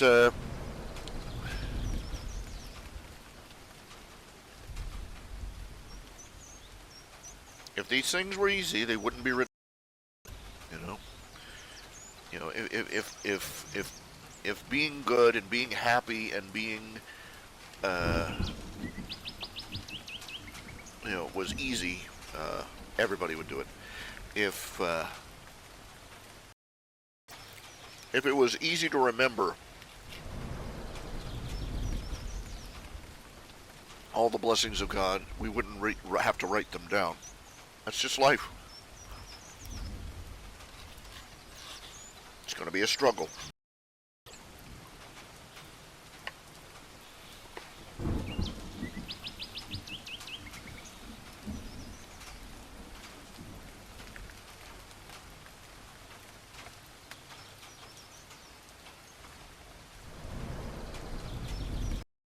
For you, question to think about. You've got all these places, all these restaurants, all these delivery places, even the pizza places. They serve these desserts. I mean, Papa John's has like big squares of double chocolate brownies that they sell, and cinnamon bun things and cinnamon sticks, and you get to, and with Domino's you can get chocolate lava cakes. You can get all these, all these ooey gooey desserts, and I've got a pizza place here that you can order ice cream too, and all these gooey gooey sweets and stuff. The one thing you can't get,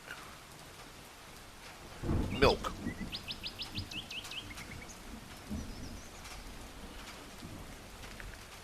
It'd be like, I'd be having quarts for sale.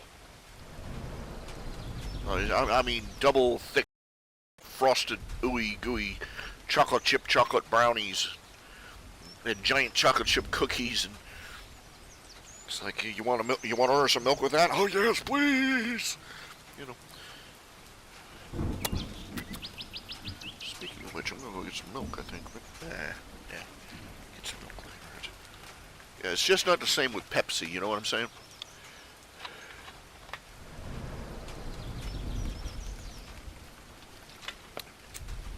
Yeah, the pizza places have had to branch out. Anything that's flat enough to fit into a pizza oven. That seems to be the formula. Brownies, big flat cookies.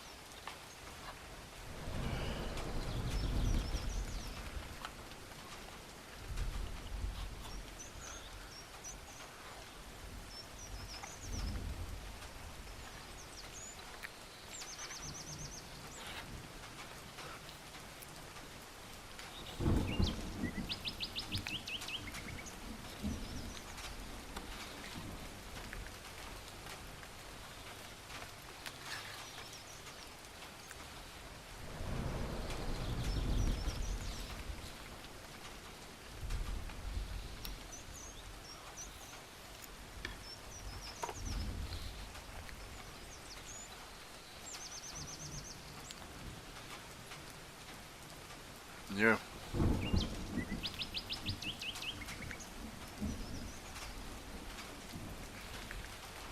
I've been asking this for a while. Why aren't the grocery stores jumping on this delivery thing?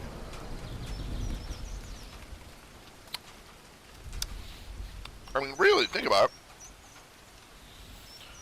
If a pizza place can afford to do it, imagine how much cheaper it would be for just to deliver the ingredients.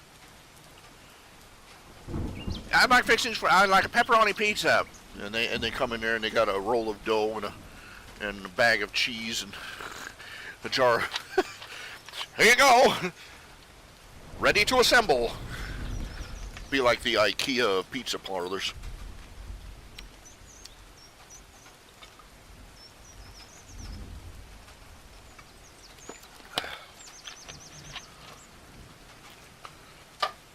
But I mean, these big, I know that there are stores that do delivery in like the big cities,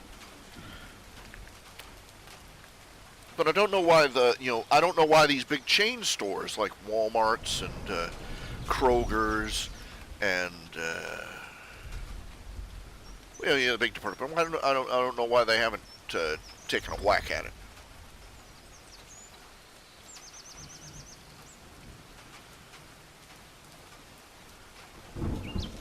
Because you got to realize there are thousands of people out there who are shut in or who just can't get out or don't have the time to shop for it.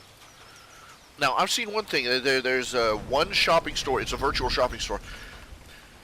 What you do is that they have these touch screens. They set them up in the subway in like Japan, and you walk between these rows of touch screens, and you order digitally. Beep boop boop boop boop. And you tap the picture, enter your price, and you pay for it digitally, and then they deliver it to your house or apartment. Of course, I can see where with perishable goods that might be a problem. Well, I mean like cheese or milk.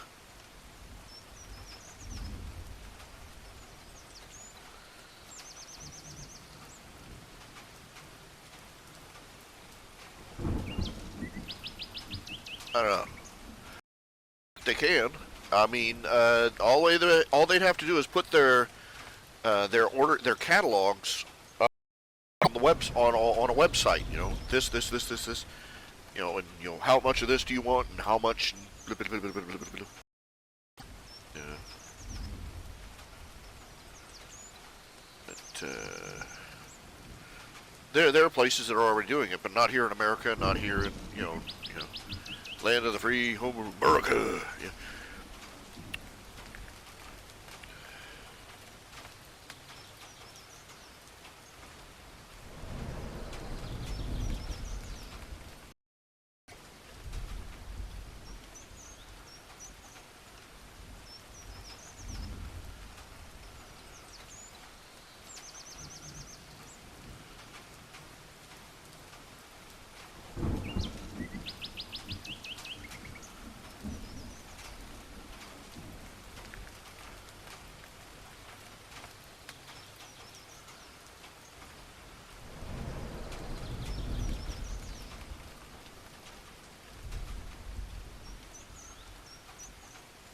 I don't know.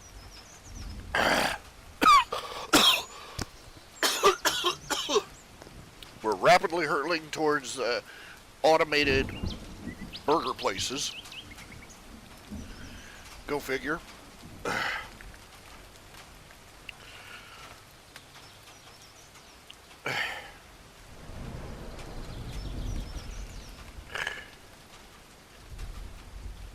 Feel a little phlegmy. Bleh. Okay, let's see.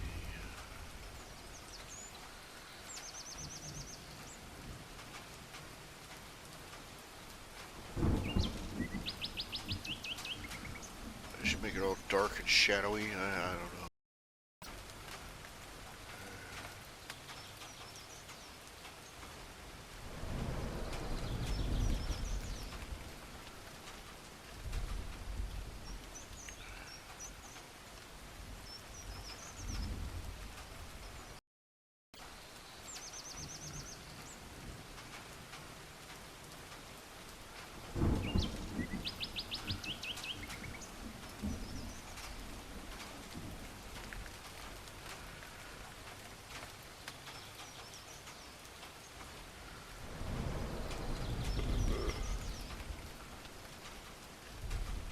Yeah, that makes it pop.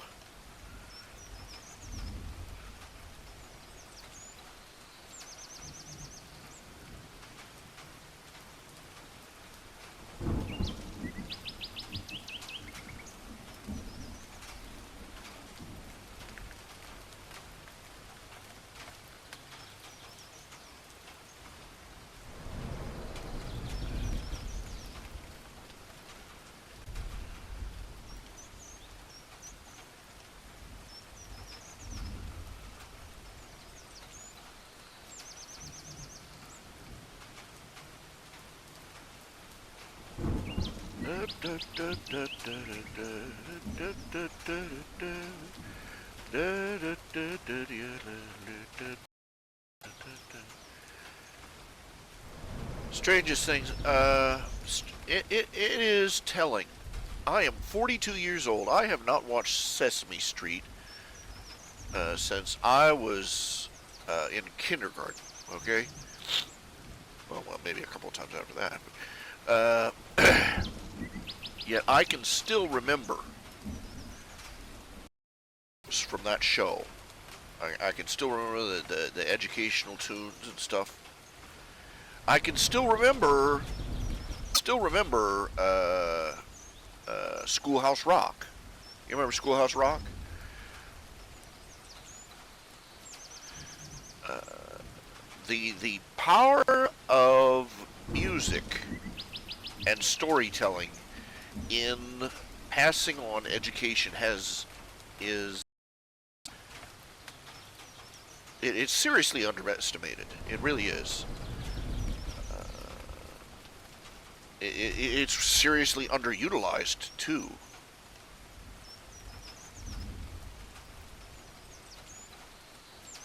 I want you to just think about. It's a shame we stopped using music to educate ourselves at the grade school level. We don't even, maybe second, third, fourth grade, and then after that, no more educational songs. In most primitive civilizations, music was used, clear up into adulthood. In fact, even classic ancient Greece, so on and so forth. The bards, that was their purpose. The ballads and sagas and everything else were to educate the adult populace about the history and culture of their world. But our society, we use music, for romance and dancing, and maybe once in a blue moon, you'll get a political theme song. But it's usually nowadays it's not even that. I'm all about that bass, no treble. All about that bass, no treble. Yeah, it's right up there with the Iliad and the Odyssey, isn't it?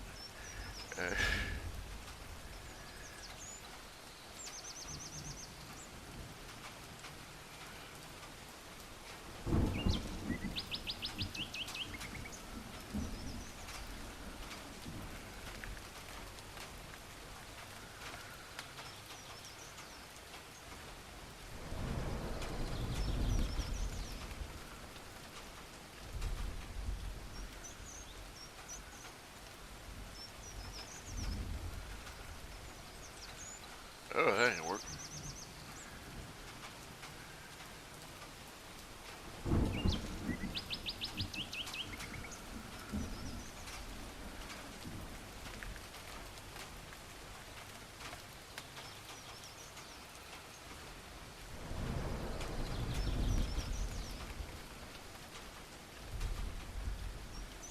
Well, I got to admit, to actually come to think of it, that particular song, you ever listen to the lyrics?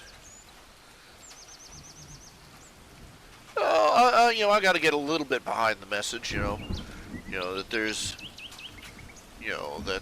that beauty isn't measured by being like a Barbie doll. You don't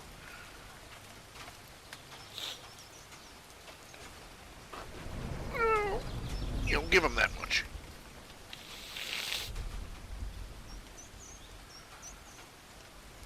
but most of the music we don't use it effectively.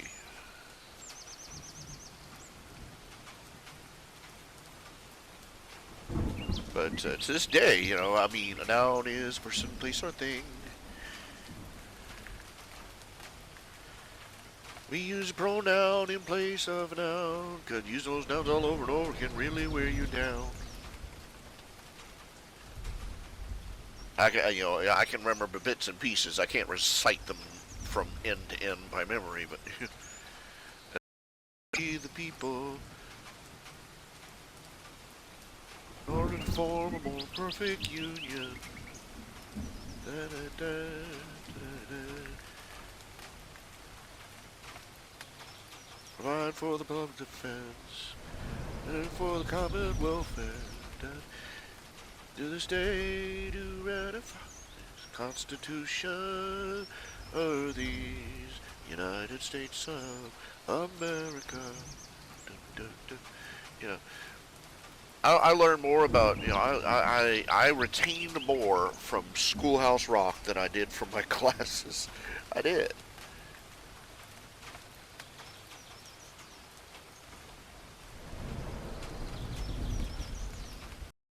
It's part of the reason, that's really the reason that service is so important, I suppose, in church. It's not just about praise, it's about teaching, it's about remembering, it's about learning, it's about retaining what the Bible says in a form that does not fade with time.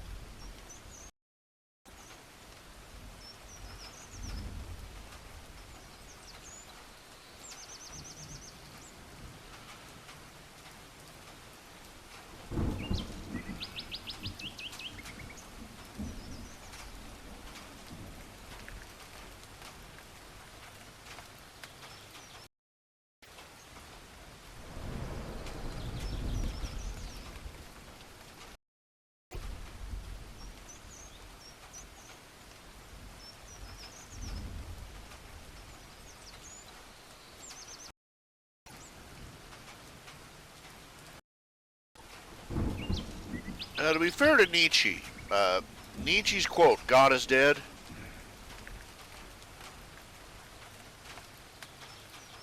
it's not quite what they think he meant. That he was saying that he was making a commentary on society, he was saying, the full quote is, "God is dead, and who shall comfort us? The world's most terrible murder." He was commenting on the fact that society was abolishing God entirely. Now, he was not a Christian. He was not a Christian man. In fact, he was opposed to Christianity, and for the record, you have to get the quote correct and get what he was saying. Even he understood that without, like he said, without God, who is going to comfort us after we've done away with him?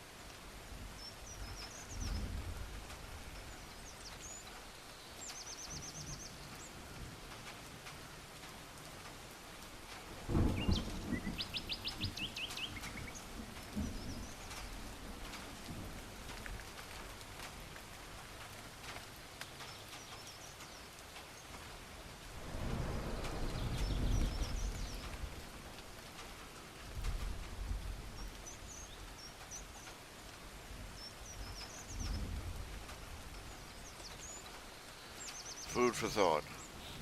If environmentalists were really concerned about animals going extinct, if they really cared, if they really wanted to save animals from extinction, they would be encouraging the private ownership of these animals. Elephants, tigers, lions, and bears, oh my. The whole, they would be, let me make it simple. Are chickens in danger of going extinct? House cats, are those in danger of going extinct? The family dog? No. Why? Because humans care for them. Because humans own them and consider them something to be kept and protected and cared for.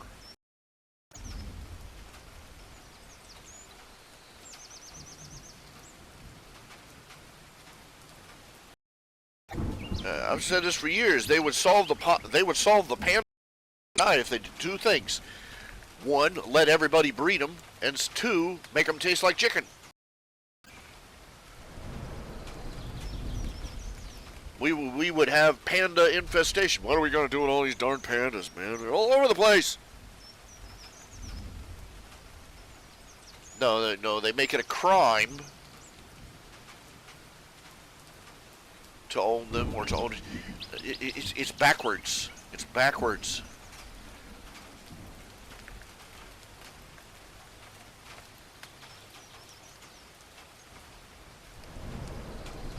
An old story, when England had colonized India, there were snakes everywhere. Snakes everywhere, and they couldn't get rid of them. The poisonous cobras, and they said to the and the people didn't really care that much, but the British said to them, "All right, we need to get rid of these snakes. We'll pay you like a silver piece or a gold coin or whatever. We'll pay you so much money in pounds for every dead snake you bring us." And the next thing you know, the natives were raising snakes in farms in their homes, and whacking them dead on the head when they were big enough, bringing them into the local British officer and getting money for it. Of course, the British realized what was going on. They stopped it, and the dumped all the snakes out on the street. Now they had more snakes than ever.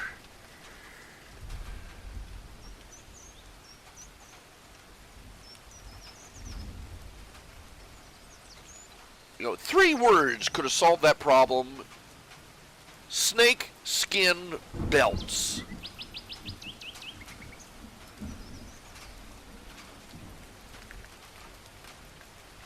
Make them a fad back in England and in Europe.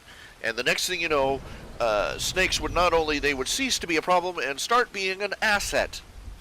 Environmentalists work backwards. They take animals that, they take animals and turn them from an asset into a liability, and they wonder why they're endangered.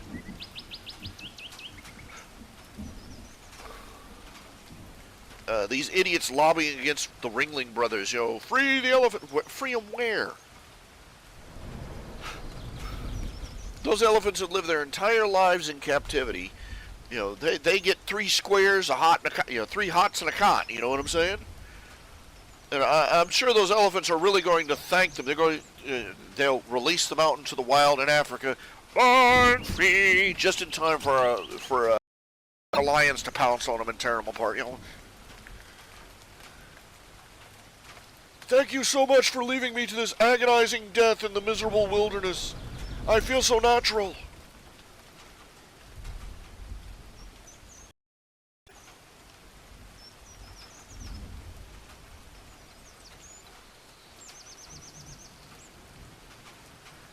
Oh, finally, they're going to get in. Looks like a Republican senator in Arizona proposed legislation this week that would end a ban on sawed-off shotguns, silencers, and nunchucks in the state. Okay, look, the silencer ban thing, okay, it's the stupidest thing in the world that's illegal. First of all, because a silencer doesn't make your gun go, but it doesn't make it silent.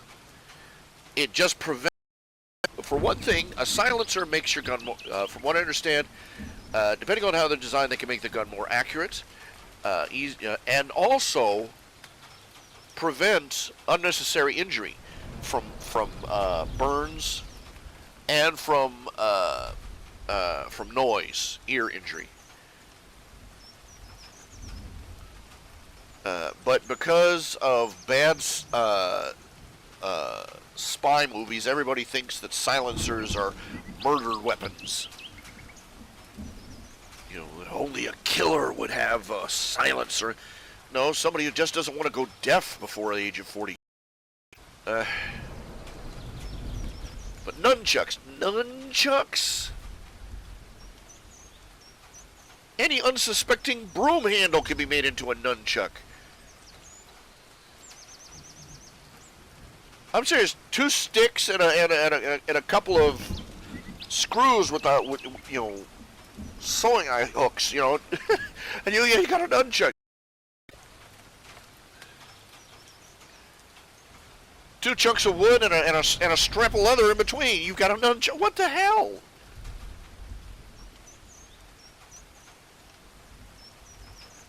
Politicians are useless.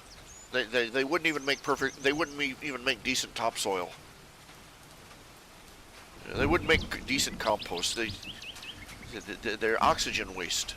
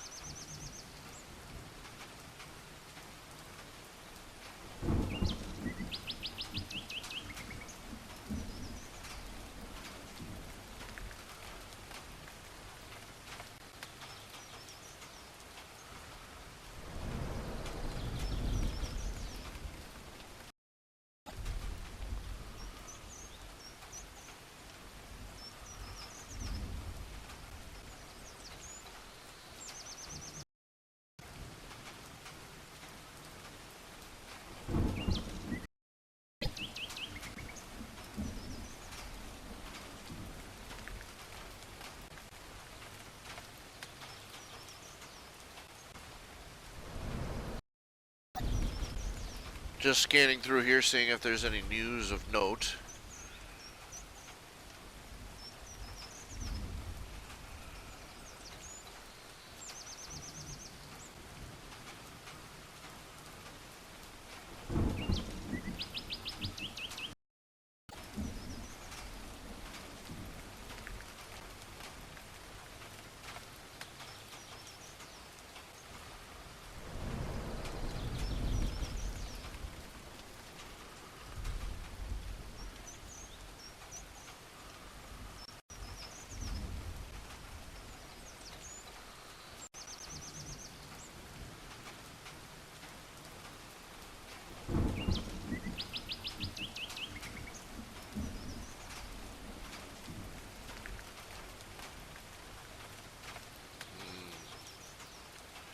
Bogging down the system here. Okay, let's see here. We got the page done. Alright. File. Save.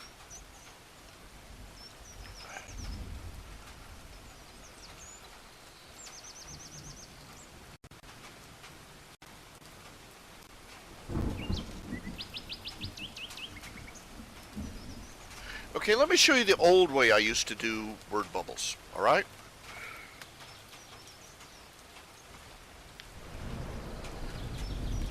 Now, the way I used to do it, first of all, this is in Paint Shop, in my Corel Paint Shop Pro, Photo 9, I believe it's. And what I do is I make a second layer, a vector layer, and I would do the text, usually in about 10 point.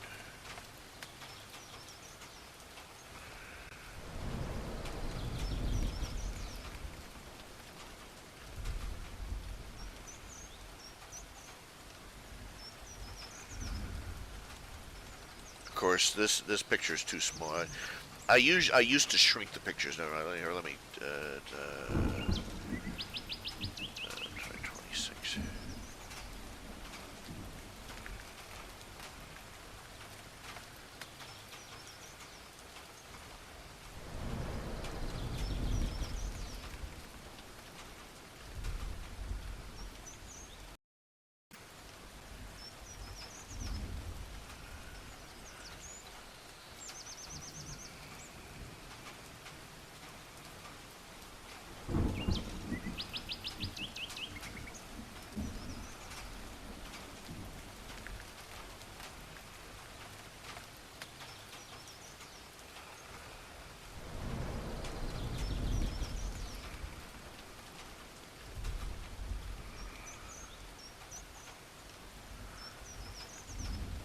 Add a little emphasis with bold.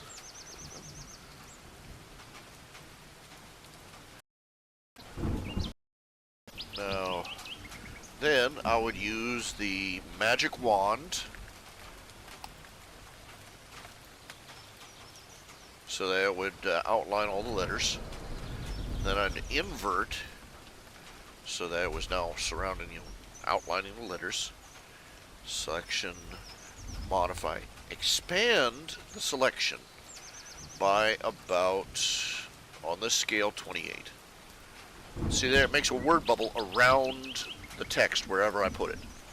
Perfectly symmetrical, perfectly shaped. Right? Bingo. Okay. Now I make a layer below that, another raster layer. Okay. And I fill it in. So it's behind, it's between the image and the text, the word bubble layer. Okay. Then I use the line tool, a paintbrush.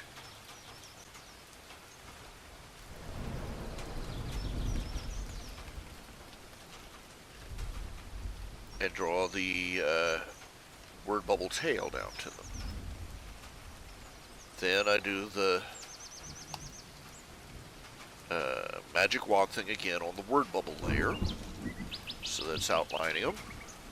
And I expand it, the selection, by about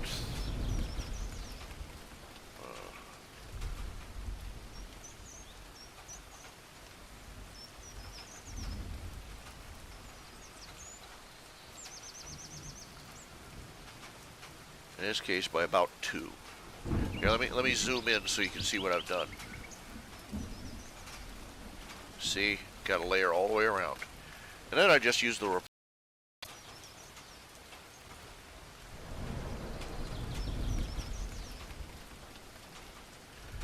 it makes a line all the way around. Now, the thing of it is, bubbles aren't very neat looking. As you can see, they're jaggy looking. They're very symmetrical and tidy, but the line work is not smooth. That always bothered the heck out of me.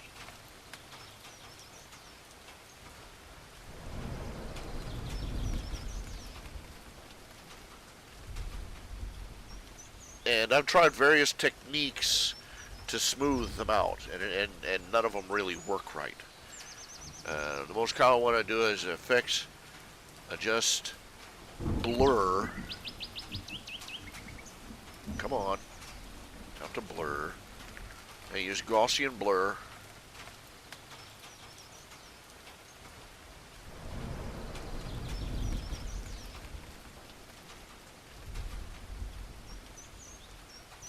Sort of soften the line a little bit, but that is, you know, that just makes them look fuzzy.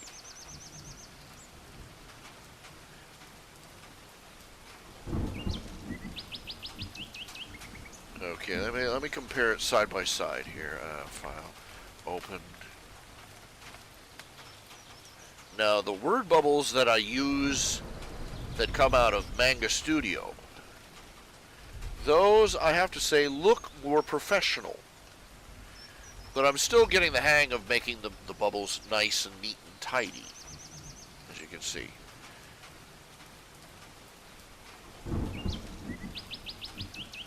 Because I'm having to draw them freehand, and well, they're not exactly symmetrical and even.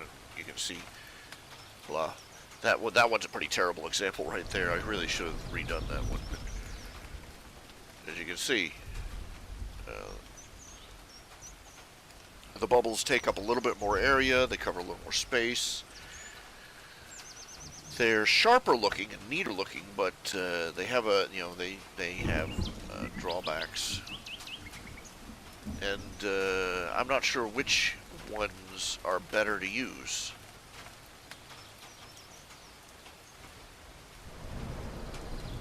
Thoughts, anybody?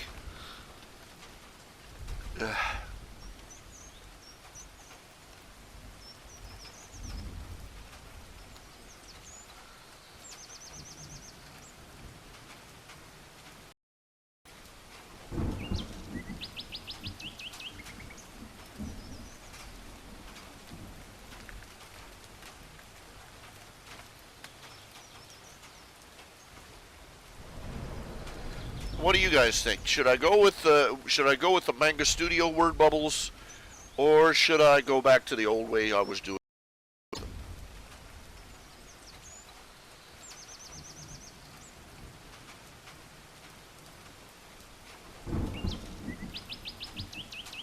I have to say that the way I'm doing them now is a little more time consuming, because I'm having to draw each bubble individually.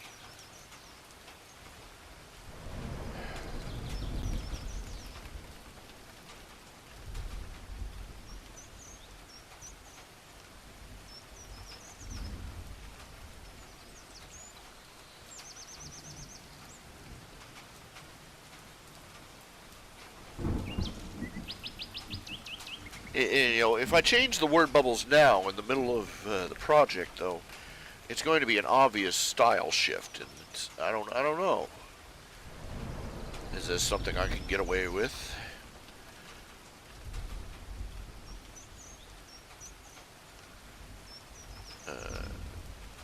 Bueller, hello. I can use some feedback here, really, seriously. Give me some chatty.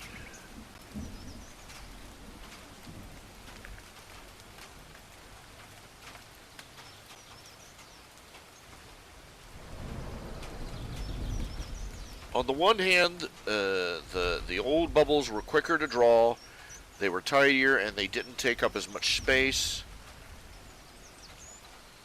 On the other hand, the new ones are more, are cleaner and somewhat more professional looking. But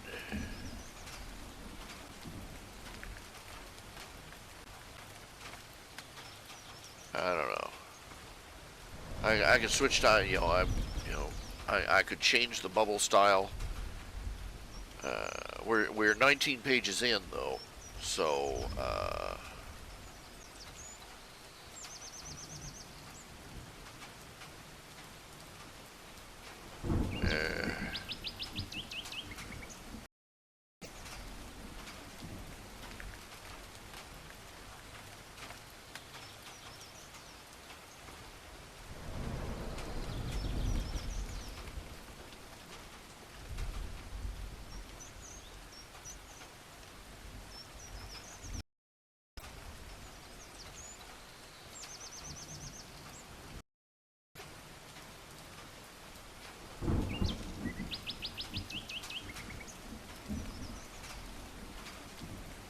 I think I'll try a different word bubble tool actually.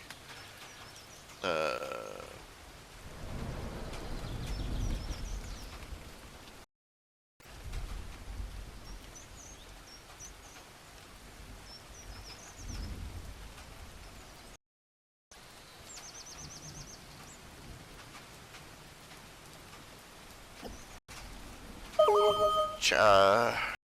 I think for the rest of I think after this project I'll go back to the old bubble style. If what I'm doing doesn't work out, I'm going to go back to the old bubble style. But for now, I'll stick with the manga studio, simply to keep the look consistent until the end of the comic. All right, let's see here. Come on, computer. Giddy up, up, giddy up, up. Giddy up, giddy up, giddy up,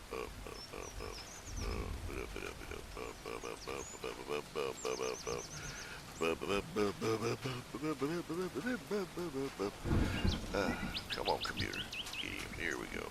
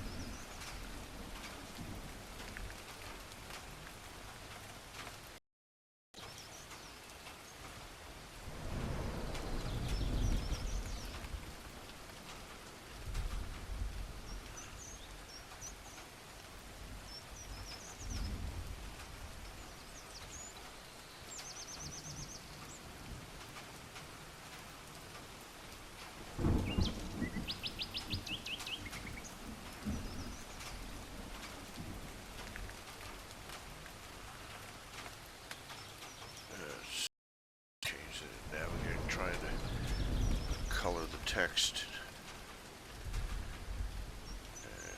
I can't remember how to color the text.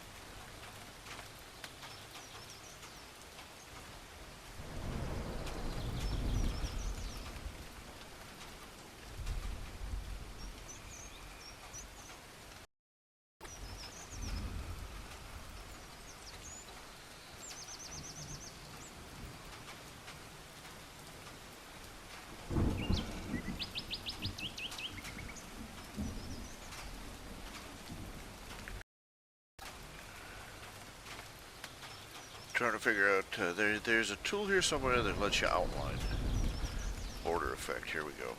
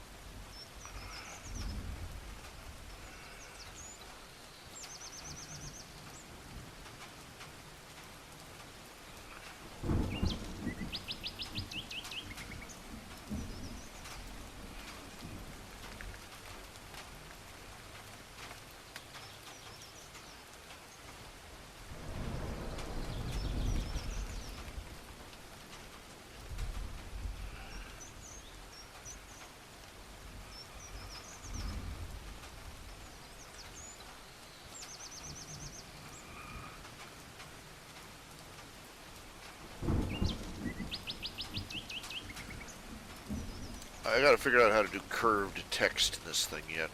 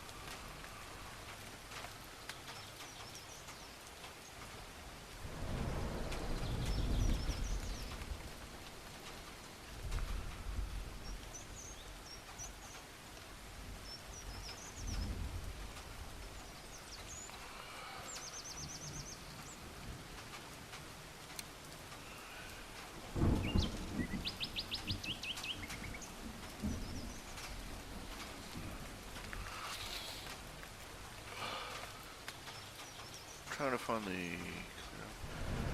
Fill your tone.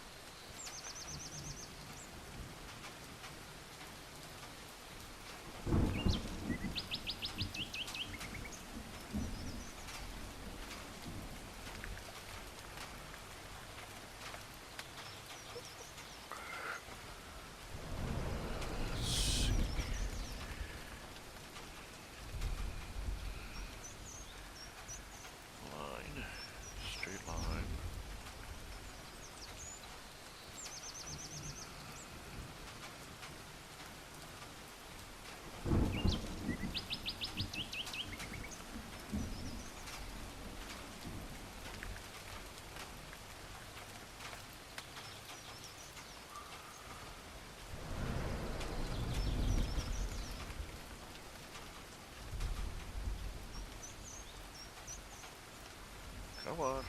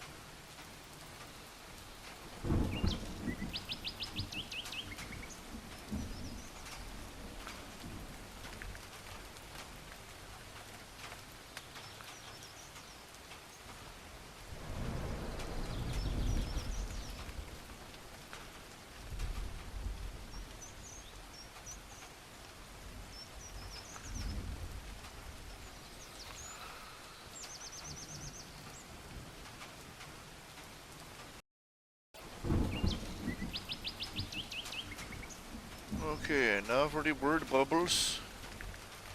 Word bubbles, here we go.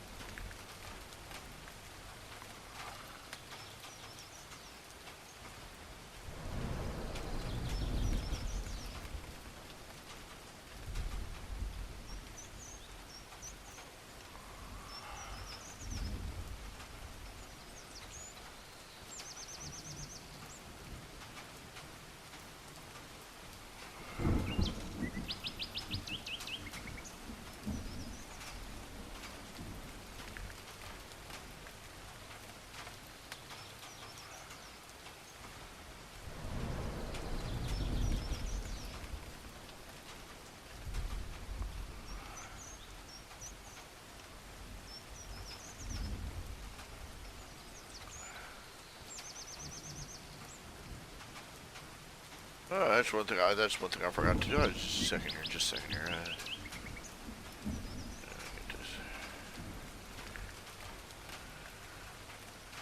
Okay, I wanted to go to the web page.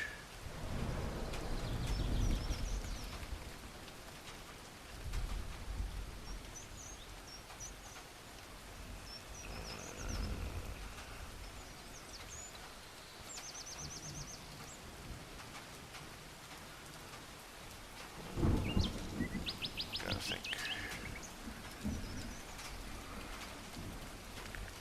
For those who don't know, I have on my website, www.archjr.com, we have the discussion section, which includes the Facebook live channel and the forums.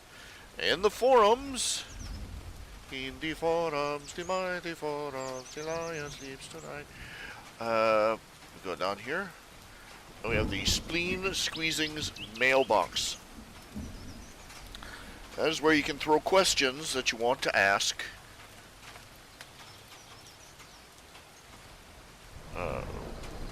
Any up-and-coming artists and or comics that I follow that I'd recommend.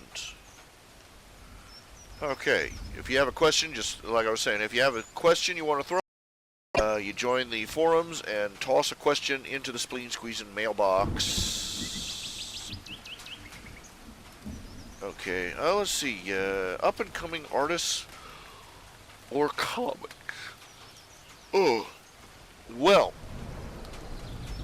I'm usually late to the game when it comes to finding new comics. It's usually other people finding stuff and me going, oh, yeah, tell me about where is it?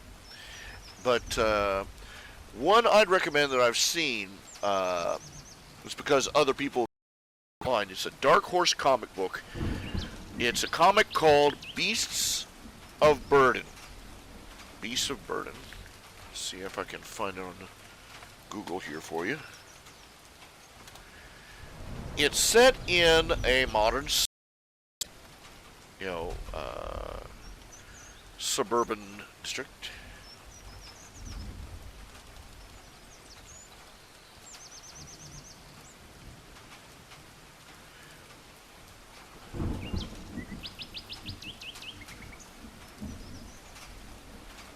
There we go, the Wikipedia. It is said it's about a bunch of paranormal investigators. The difference is that the paranormal investigators are house pets. They're the dogs and cats of the neighborhood. The humans are oblivious to what is going on, generally speaking.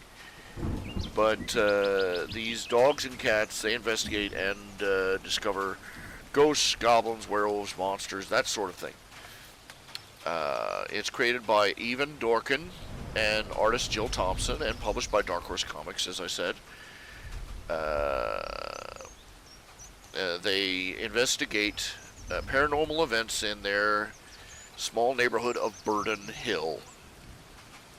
Hence the title Beasts of Burden. There are 5 dogs, Ace, Rex, Jack, Whitey, and Pugsley, and a cat named Orphan.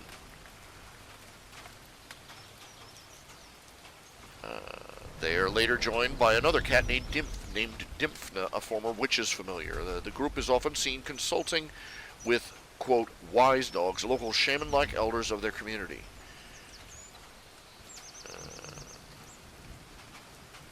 The characters made their first appearance in a story titled Stray in the Dark Horse Book of Hauntings.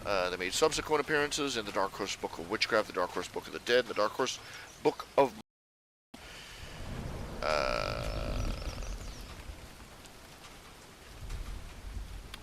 he originally wanted to write a haunted house story. They were asked. Dorkin says he came up with the idea after being asked by Dark Horse editor Scott Alley to write a story for the horror anthology, The Dark Horse Book of Hauntings.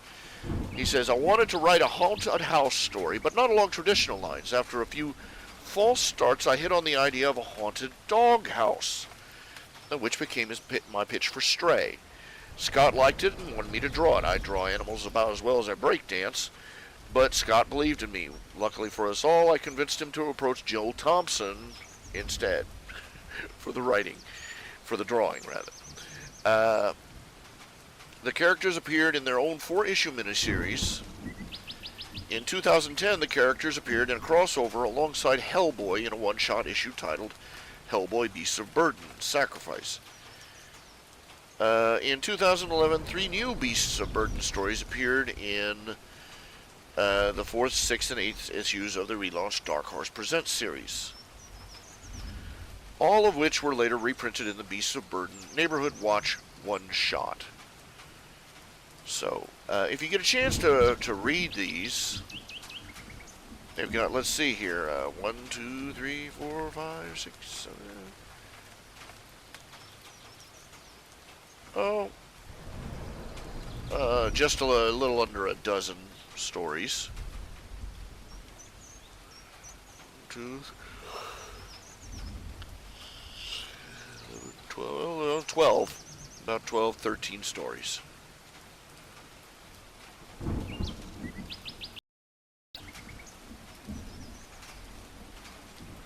So if you can grab them up anywhere.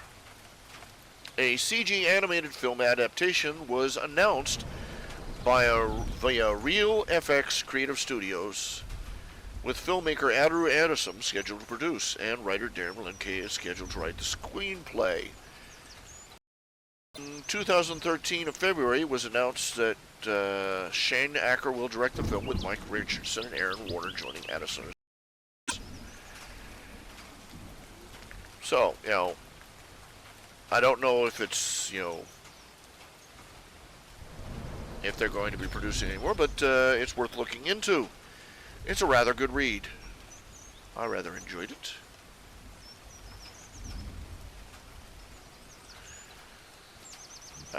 Other comics I read, let's put it this way, bookmarks. You want to see my webcomic selection? See that? I've got 4 folders, each with about 2 to 7 sub. In each of those subfolders,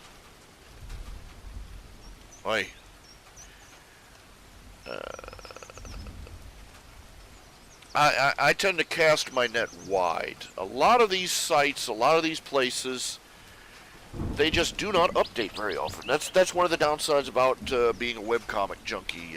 The update rate is sporadic. Now, if you're a My Little Pony fan, here's one for you. Friendship is Dragons.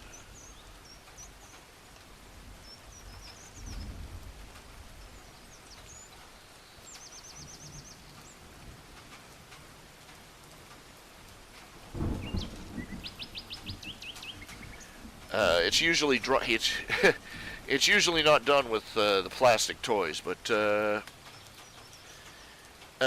basic premise is that this is a custom Dungeons and Dragons setting with the players role-playing the various My Little Pony characters. For those of you who don't know, there is an entire line of webcomics that are based on this theme. The very first one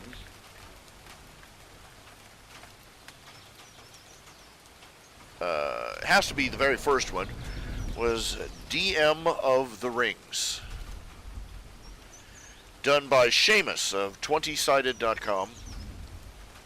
Hold on, here we go.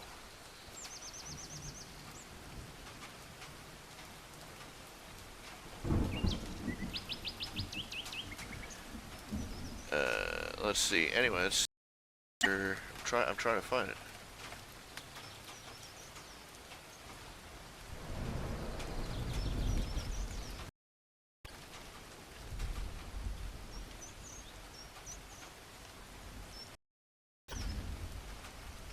Anyway, the premise is that the guy used still photos from the movie from the Lord of the Rings movies to lay them out as a comic strip. But the idea is that instead of being an epic classic, it was written out as if it were a Dungeons and Dragons campaign.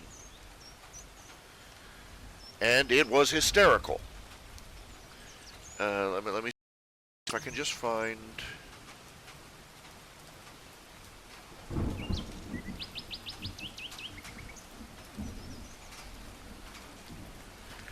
Basically, the premise of DM of the Rings is that Lord of the Rings was a terrible Dungeons and Dragons campaign.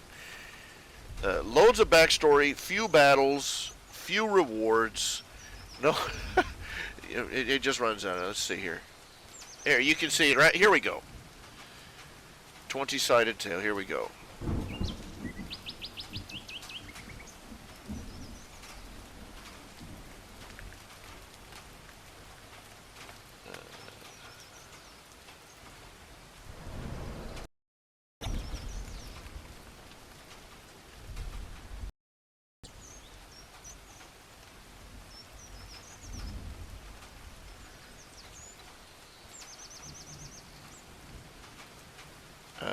Just look up DM of the Rings. Just look up 20-sided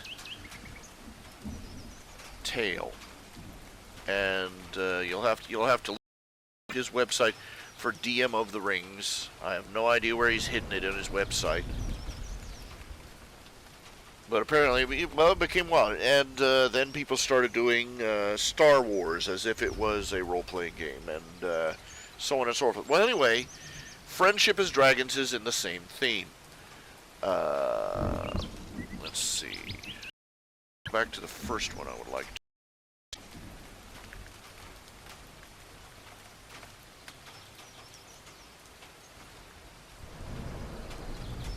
Okay, the DM narrative blocks. Characters put their words in the mouths of the character of the.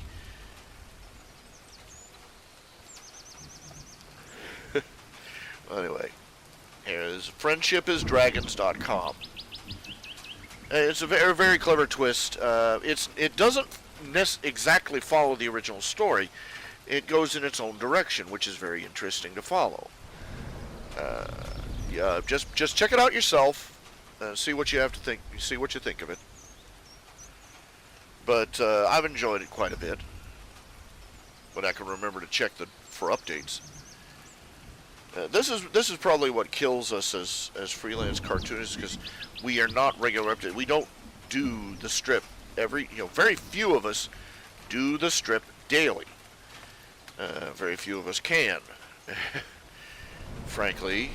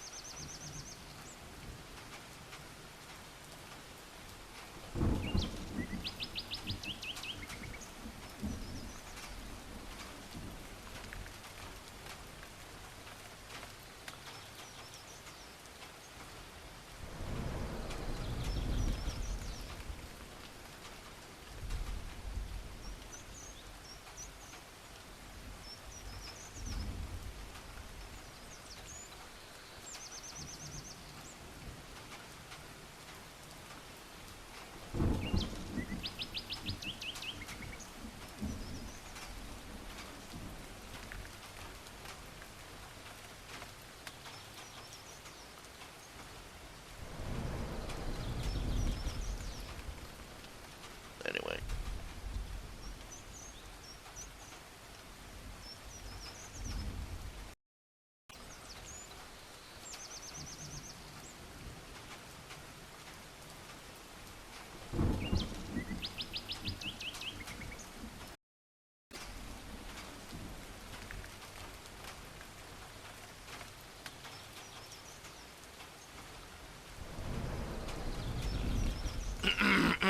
Excuse me. What is this? I've opened so many windows I can't find you guys anymore. It's all the way back here. Here we go. Yep. Anyway, it's rather interesting, so that's the one I'd recommend currently. Like I said, I mean, I have got several hundred. Look at this. Here, see? Webcomics. 4 folders. The first folder has 7 subfolders. The first subfolder has this many entries.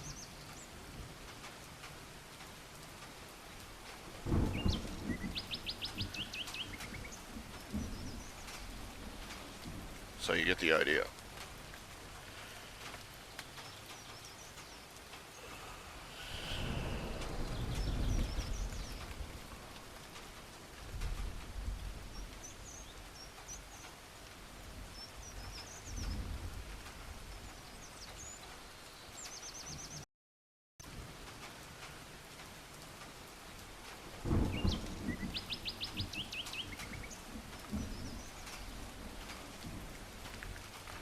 Okay, the ellipse idea is okay, but I think that the shape needs adjusting somehow. Brush shape. Let's see here. Do they have other shapes? Nope, nope, nope. That's just back.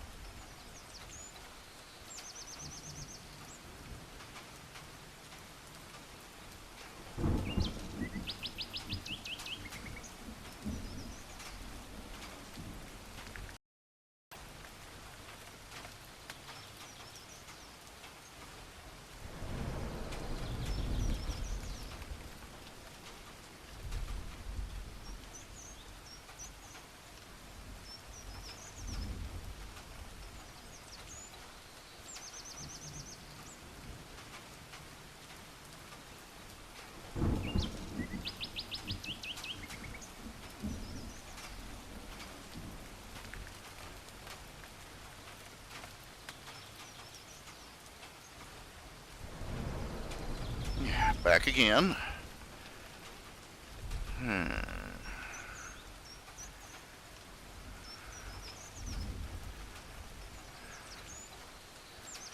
Oh, come on, computer.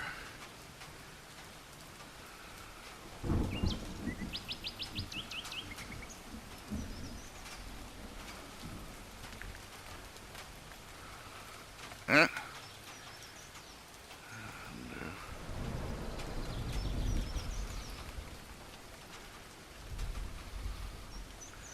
Brush shape, rectangle, ellipse, polygon.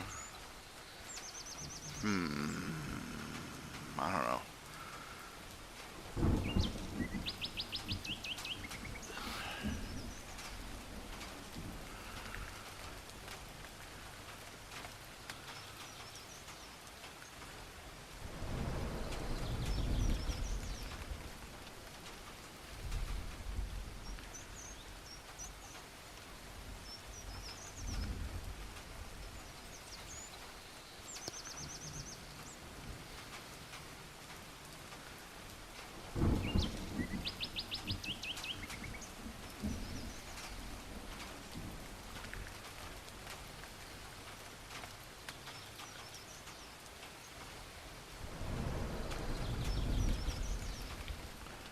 I think I'll try the spherical tool a little more. I'll try this word bubble tool a little more often. This one's a little neater.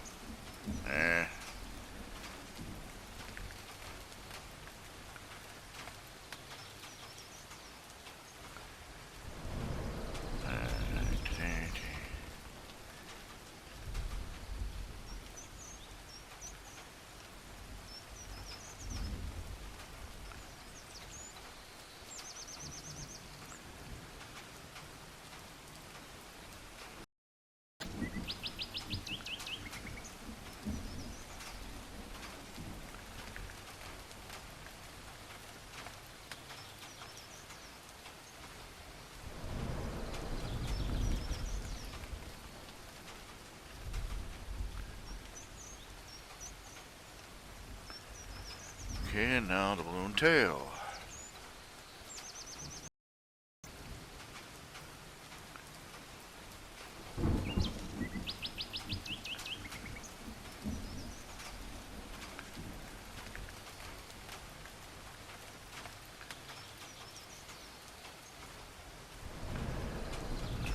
Thought balloon tail, here we go.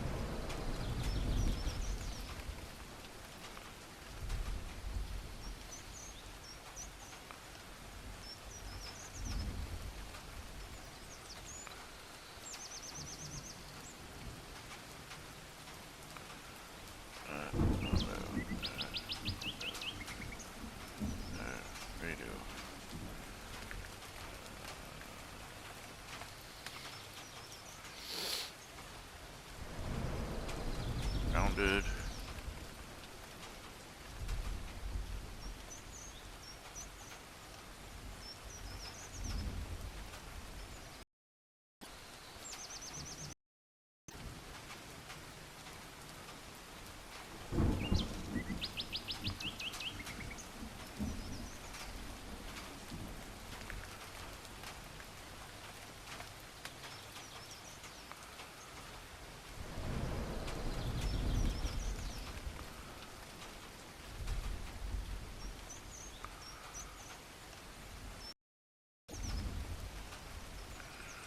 Let's see, balloons.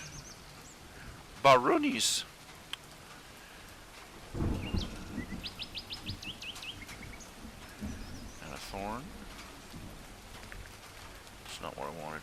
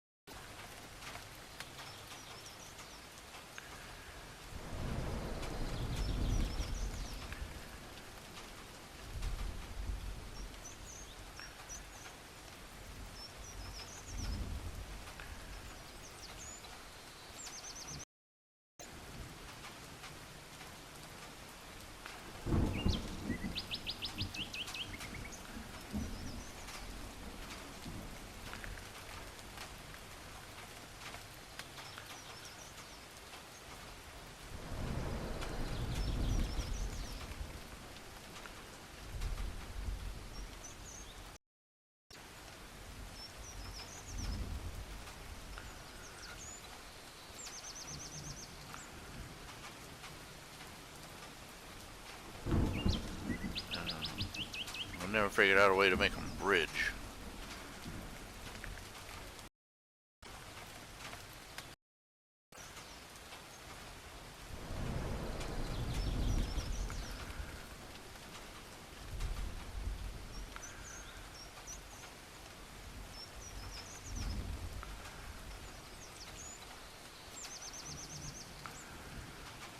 Let's see, and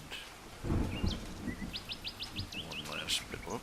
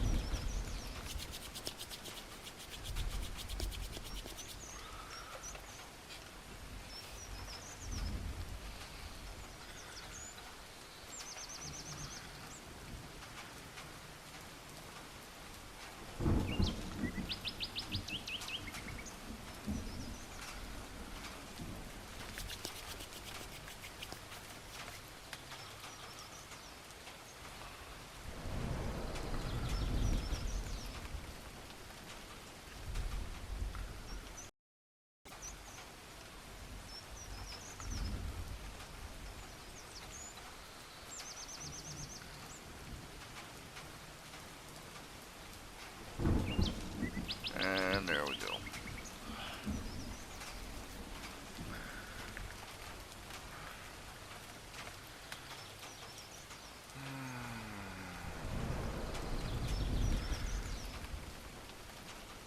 Let's see here.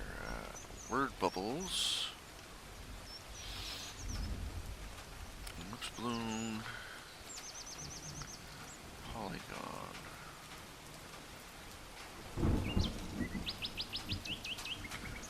Well, that's where they want it.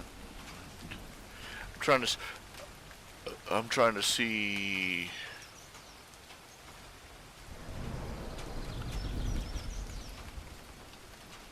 Number of vertexes, roundness of corner.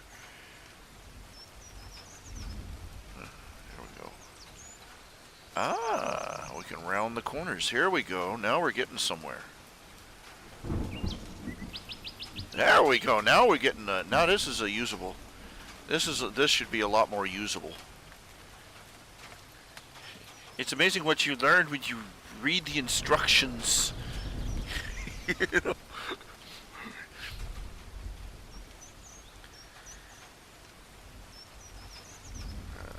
Rounded, you know, semi-rounded loaf of bread shapes. That's what it is. Okay. Keep those settings, baby.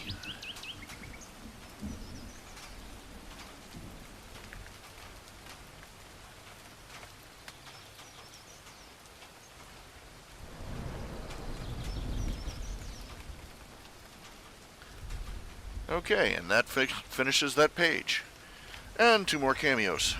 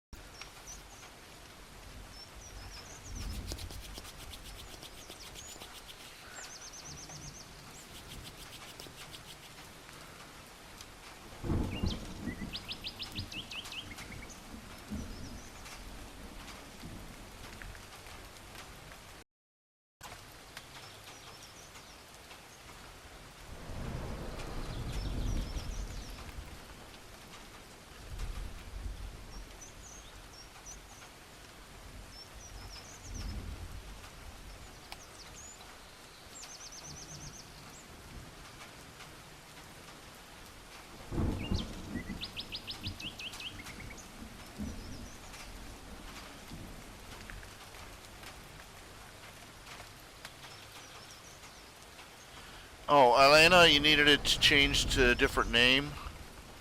Oh, right. Well, sorry about that. Well, fudge.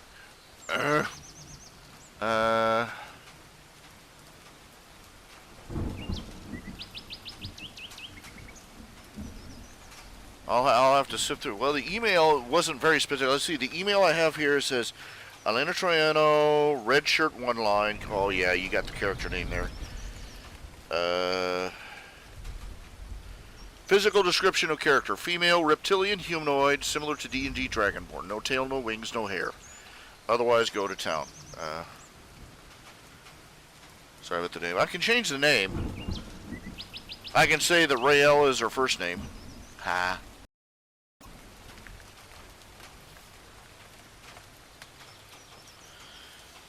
James Otten didn't even have a character. He said, I don't have a character, but I'm partial to non-anthroraptor type dragons, if that helps. So, okay.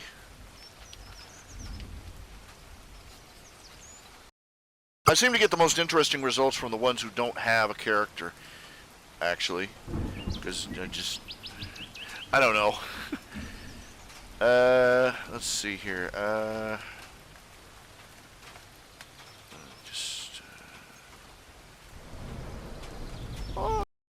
Okay.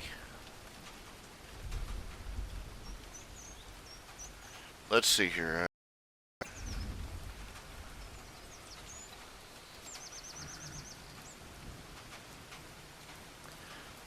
Okay, log in.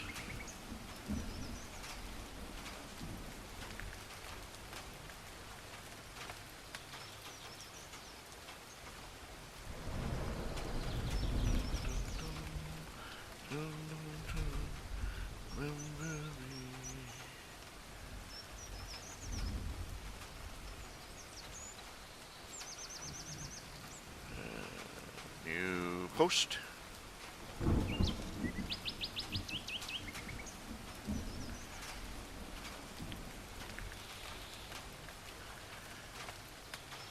The thing you have to know is, think of it this way.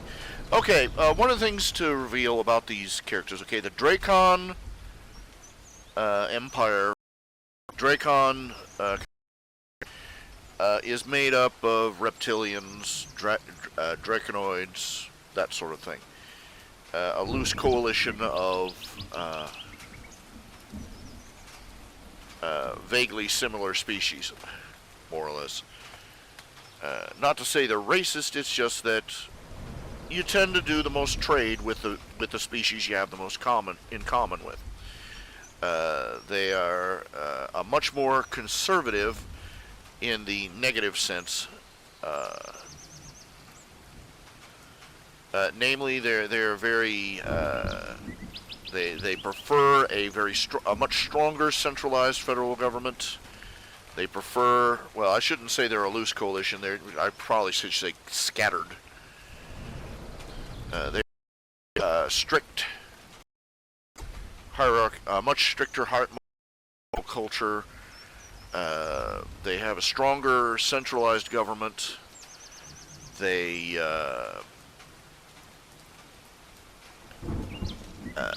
have very strict government controls on substances, on research, on the science. You know, you get the general idea.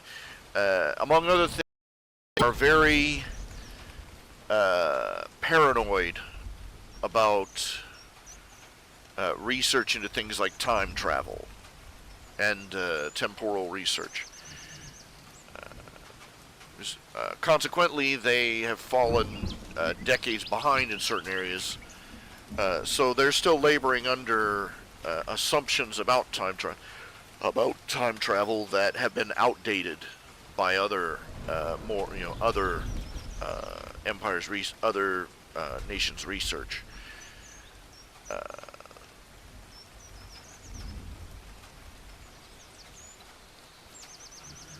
So they also tend to be more strict about controlling what is imported and exported into their territory. One of the things that's contraband is anything that has been temporally displaced,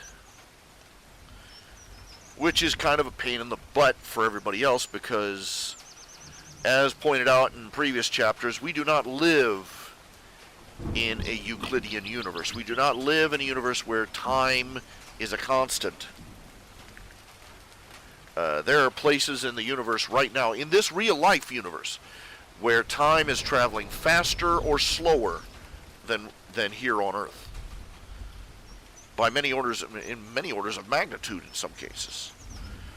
The temporal, is such a real thing that it affects us here on Earth. The satellites, for instance, the satellites we use for GPS, for a global positioning system, the GPS you have on your cell phone or in your car, those satellites have atomic clocks on board them. The most accurate clocks in the world. The most accurate clocks possible. And their computers have to update them on a regular basis. Correct for errors every single day. By the end of 24 hours, due to the difference in temporal dilation between the surface of the Earth and the orbital level at which these satellites are flying, just that little bit of difference, that's a microscopic difference on galactic scales, on interstellar and space scales. That tiny bit of difference is enough for every clock in the GPS system to be off by less than a fraction of a second. I mean something like a tenth of a second or less. Well, actually, not even that much. But even that tiny amount of change on the scale that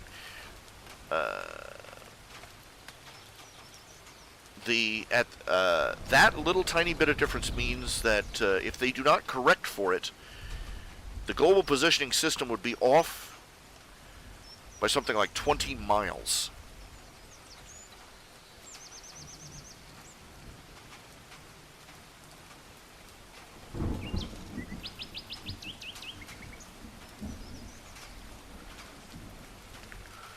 That's how much even the temporal disparity surface of the Earth and the orbit and the near orbit around the Earth is. Just from those satellites whipping around the Earth. Whether the temporal dilation is due to the speed they're traveling at or at the altitude out of the gravity well, I'm not sure. It's probably a combination of both.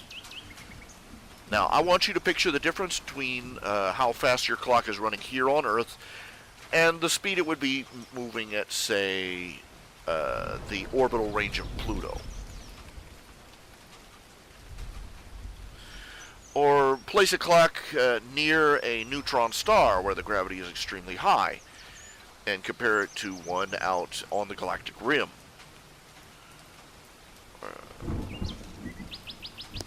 Or take one and whip it around the solar system at a few 100,000 miles a second and see what happens to its synchronicity.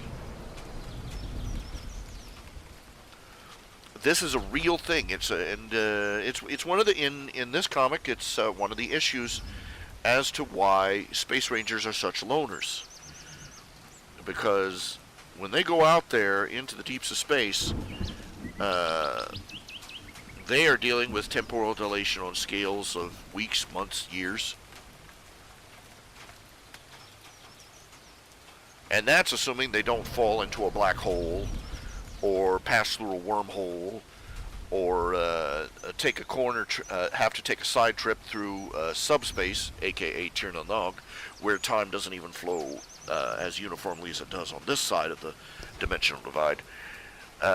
So basically they have to adapt to the idea that time can fly by, crawl by, stand still, or even go backwards in some places. Unfortunately, as I was saying, the Dracons have not accepted that. They acknowledge it, but they refuse to change their cultural traditions or their laws to reflect it. So having any type of merchandise that is anything that their sensors indicate has been temporally displaced is instant contraband, and they react to it the way a American border agent would react to you opening up a briefcase full of crack cocaine at the border.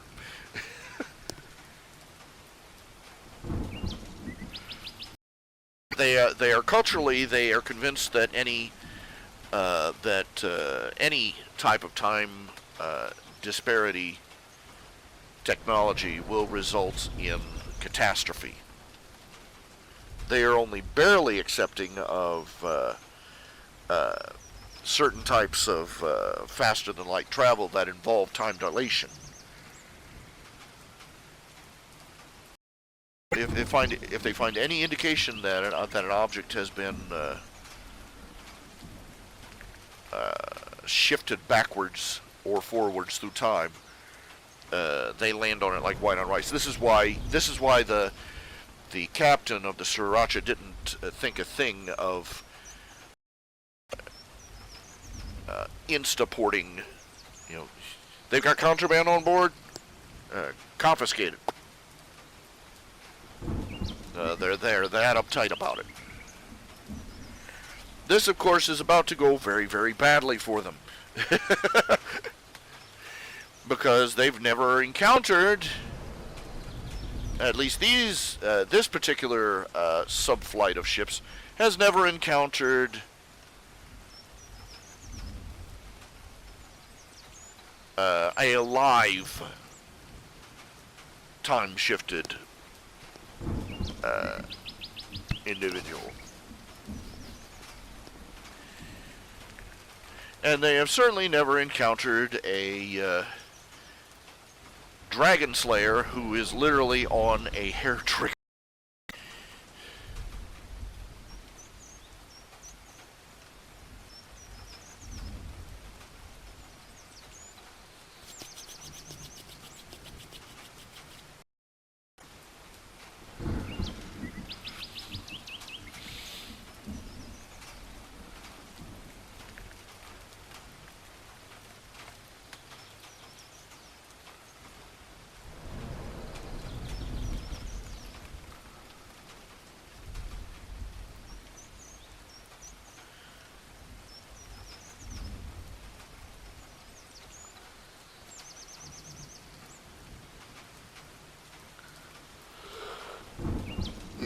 Good.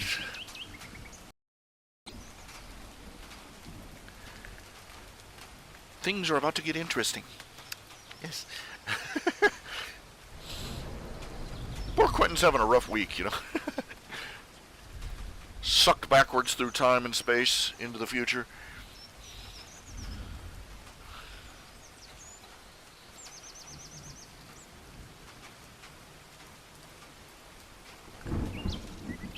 And now he's been stuffed in an aquarium surrounded by things that look like the most dangerous predator on his home planet.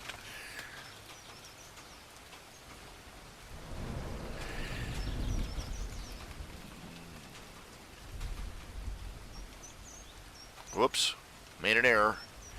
I put the wrong name in there. It's the probability.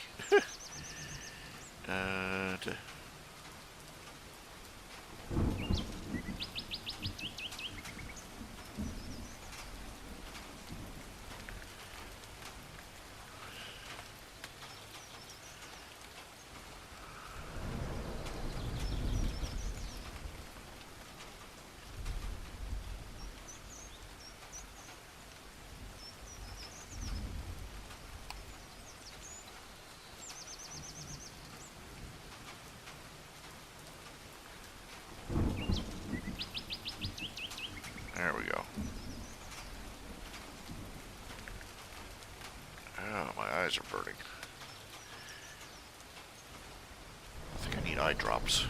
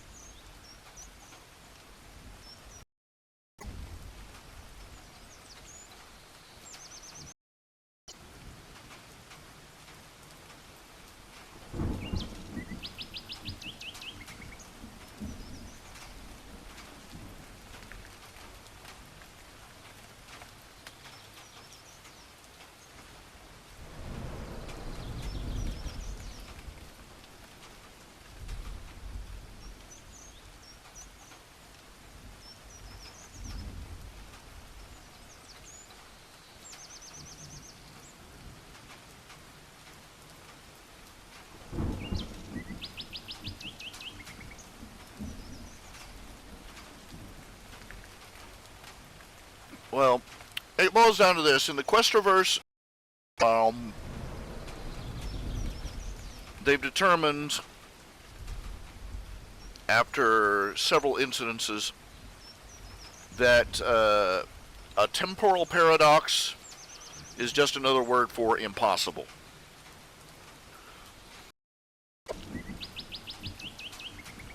You can't, you can't accidentally erase yourself from time. In fact, you can alter history over short periods, but time tends to correct itself towards its original path. You could kill Hitler. You could stop World War II. Kill Hitler, bust up the Nazi Party, whatever. But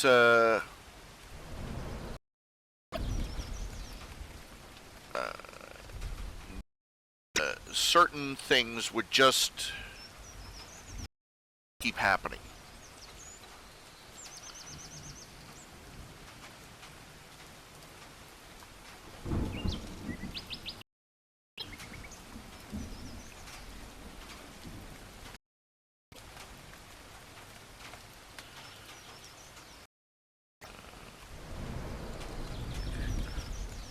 One of the more difficult things is that you can't cause people to cease to exist.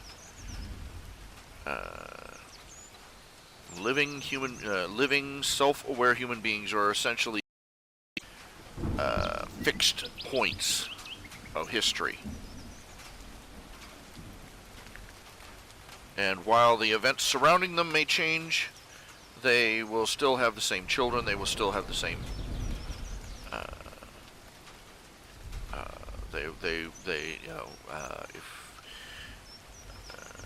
If they were going to live to the age of 50 and have a kid, and you traveled back in time and accidentally killed them at the age of 40, time would conspire for them to have already sired that child in some fashion, or that the child would be sired by means of artificial insemination or some other means. But people do not appear and disappear from time.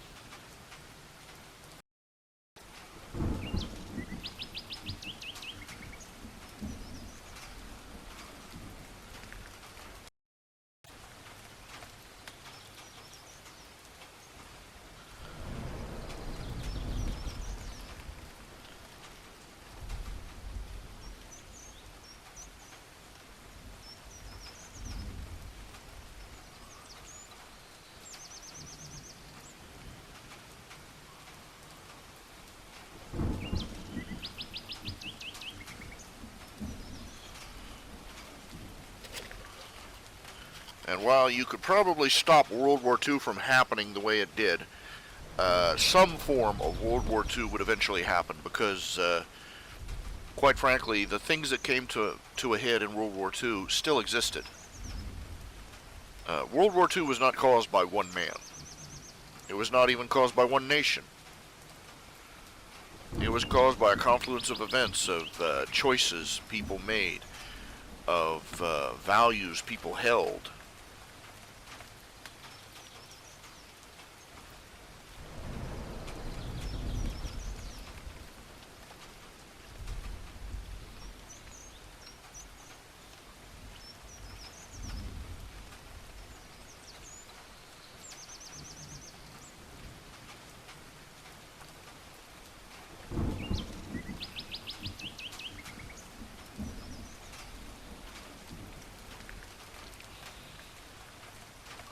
Anti-Semitism wasn't just floating around Germany. It was riddled through the world, especially in Europe.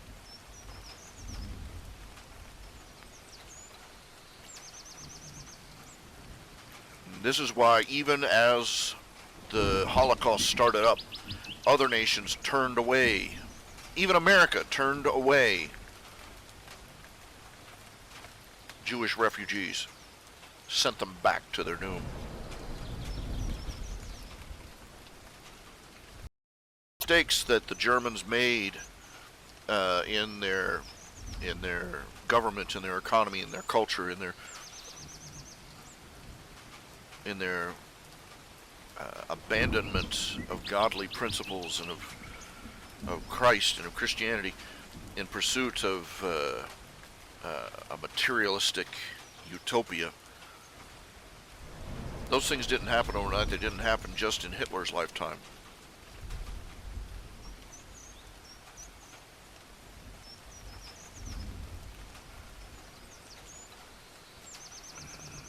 Some things have to come to fruition. Some things will always come to fruition. You can delay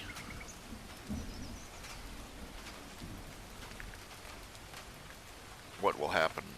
You can alter certain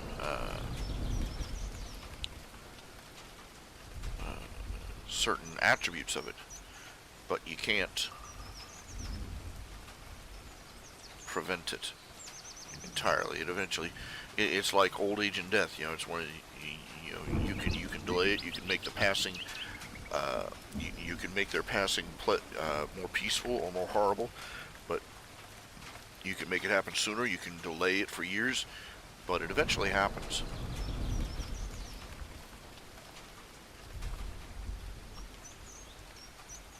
And it's just my personal bias, but in the Questerverse, they found it's it's much easier to prevent. If you travel back in time, it is much easier to prevent death than it is to cause one.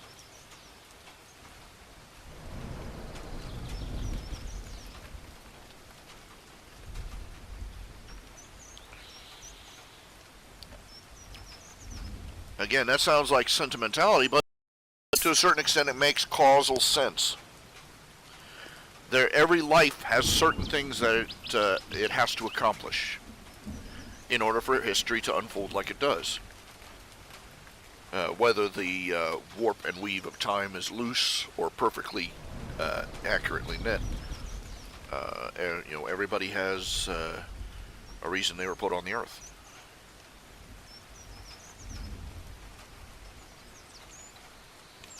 And like I said, you can do,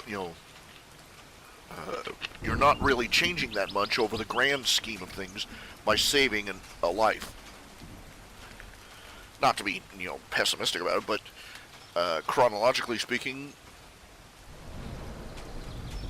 death is, to an extent, inevitable. But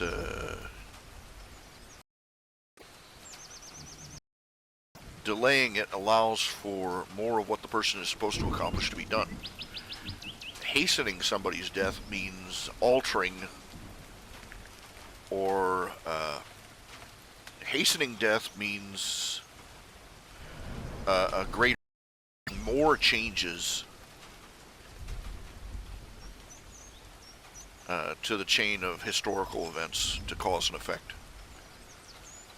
Whereas extending someone's life only adds more options to the web of probability and possibility.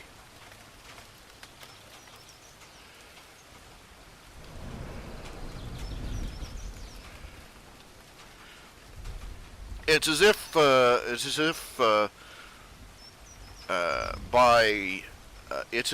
if you want to anthropomorphize the idea of time, it's as if by killing somebody, you narrow down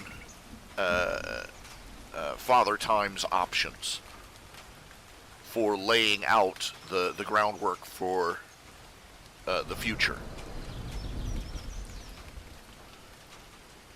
By extending a life, you increase his options. Therefore, Father Time, as it were, the laws of cause and effect make it harder to shorten a life than to extend it in the past by time travel.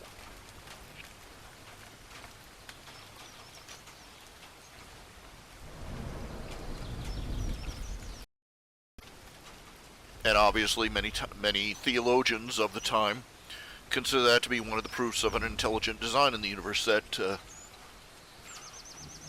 it is inherently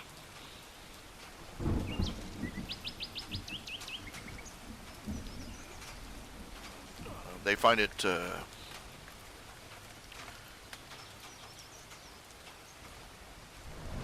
proof of a possible intelligent design that cause and effect should opt in favor of life over death.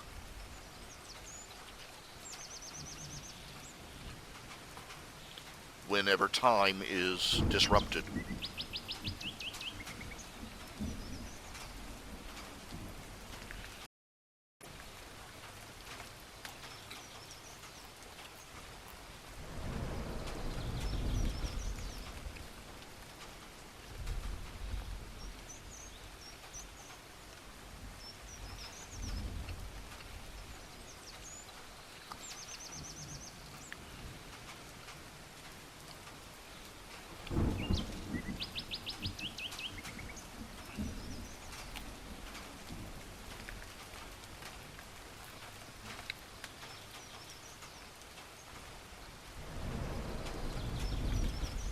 I believe in a God that created this universe, and I believe that his tastes, as it were more towards life than to death, if you follow my meaning.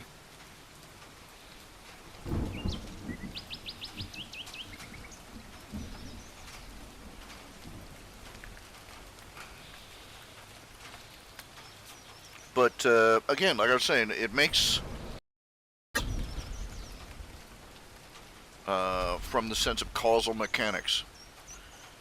Causing Albert Einstein to die early before discovering the theory of relativity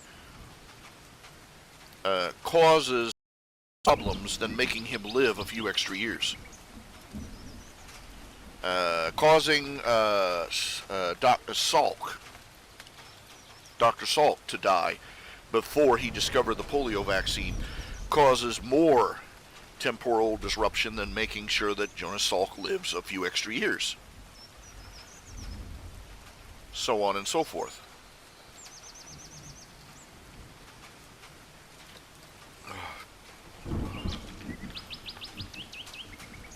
So attempting to kill somebody by attempting to prevent something by traveling back in time and killing somebody would cause temporal turbulence, which would make such an effort much more difficult, much more dangerous, and much more unlikely.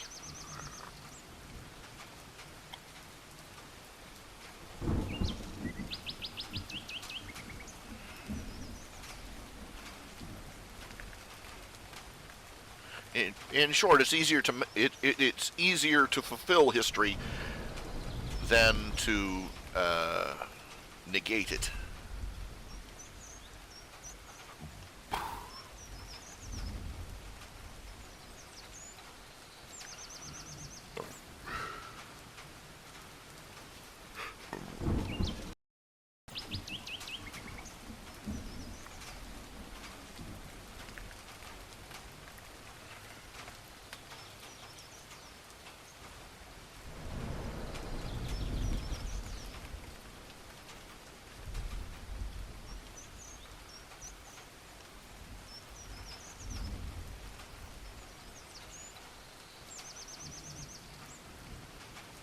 Okay, it is 11 o'clock. Page is done, page is posted. Does anybody have any questions, any topics they'd like to talk about, anything they'd like to ask about the project, about the various other things you're doing? Oh, as we told anybody, I am looking for artists to draw the strips. I'm planning, I have several other strips such as Nip and Tuck, Goblin Hollow, so on and so forth. I am looking for continue the drawings while I will write the scripts, send them the scripts, they will do the drawings, and I'm working out what would be a way to compensate the artists for their work. I'm thinking a PayPal button, a PayPal donation button on the page for the artists. That would go directly to the artist's account. Make it much simpler. But that's what I'm thinking right now. But if you're interested in doing that, what I'm doing is very simple. Just take 5 of the comic strips. 5 of the comic strips from the strip that you want to draw out of the archives. Draw them in your own style and send them in to my email address. If I like your art style, we'll get in contact and we'll work that out.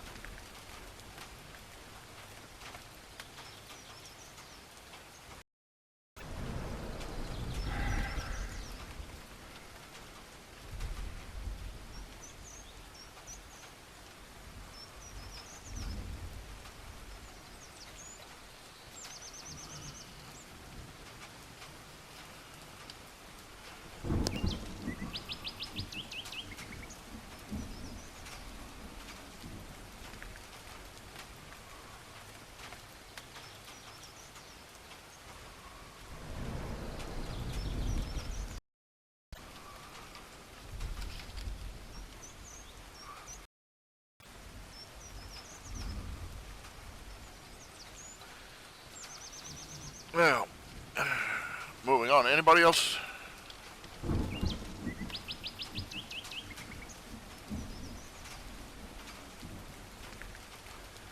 Anybody else got stuff they want to ask? Anybody else got stuff they want to talk about? Questions, comments, loogie spitting, shoe throwing.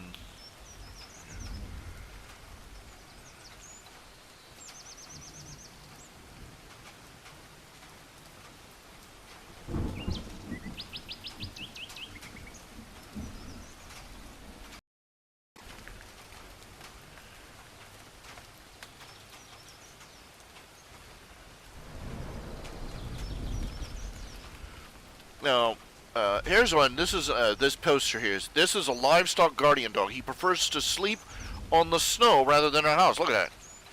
This is not animal abuse. This breed has never been an indoor dog. If you aren't inviting all the wolves inside, don't worry about inviting him in. Okay. Friends, please share this post for me. Today on Facebook, I saw a family with what looks like the same kind of dog we have being publicly shamed, and they had their home address published for having this kind of dog outside in the winter. The comments on the photo were absolutely horrifying, with many people making threats to go and steal this family's dog.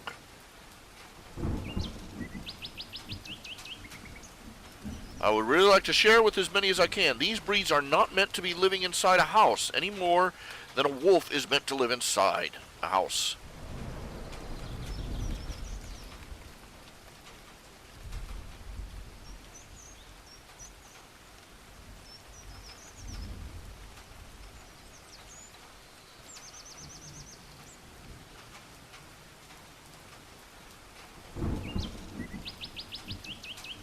Now, this is what I'm talking about, is that people are easily whipped up in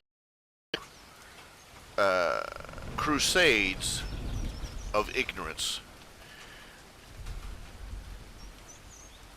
Now, this is what I was talking about earlier with the whole measles vaccine rampage. A bunch of people got the frightening news that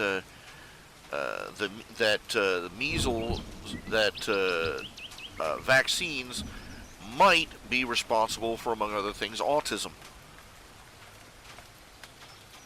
That turned out to be false. They say that they proved it false and that the guy who did, it was bunk. But that wasn't the only reason people were hesitant about giving children the measles vaccine. First of all, the measles is a fairly minor disease. It's not trivial. It's not like, the sniffles. but it is not as life-threatening as people are making it out to be. And the risks associated with taking a vaccine, especially a mass-produced one, like the MMR, measles, mumps, rubella, are non-trivial. In fact, we are at a balance where the number of people who die from measles is about the same as the number of people who die from the vaccine.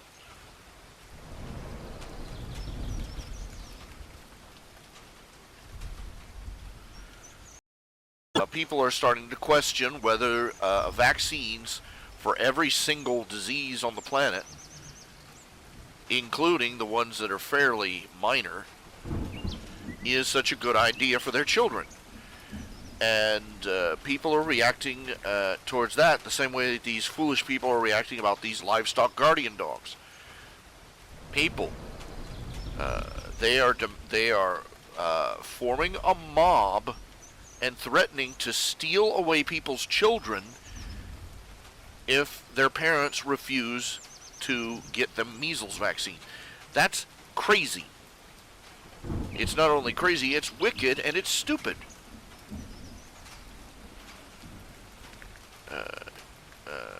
One person's unvaccinated child is not a threat to your supposedly vaccinated one.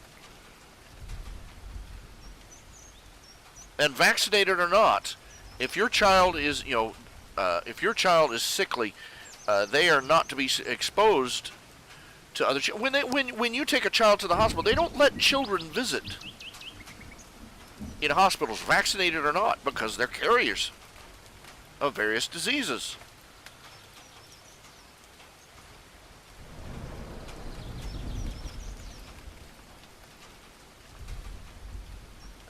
Your child, if your child is all vaccinated up, and you're and you're scared of them catching something from an unvaccinated child, where's your rock steady faith in the miracle of vaccines? Hmm?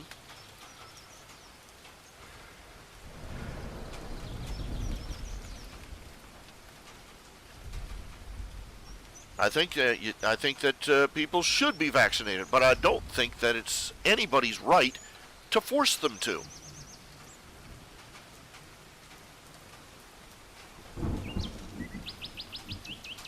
And if they refuse and they get sick, well, congratulations. Welcome to the Darwin Awards.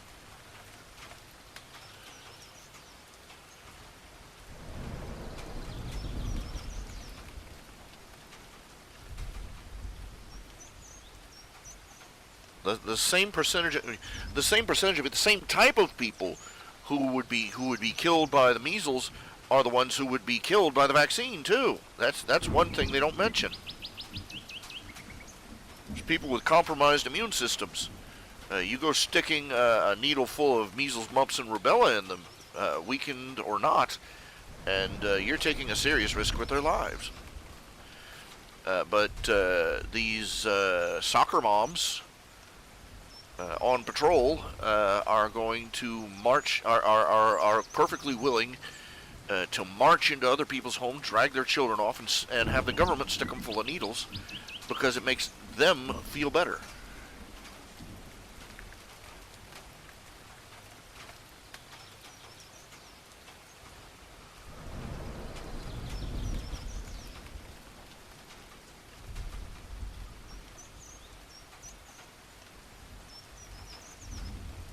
This is why I've turned against any against the. I think the people that are anti-vaccine, they're taking a risk.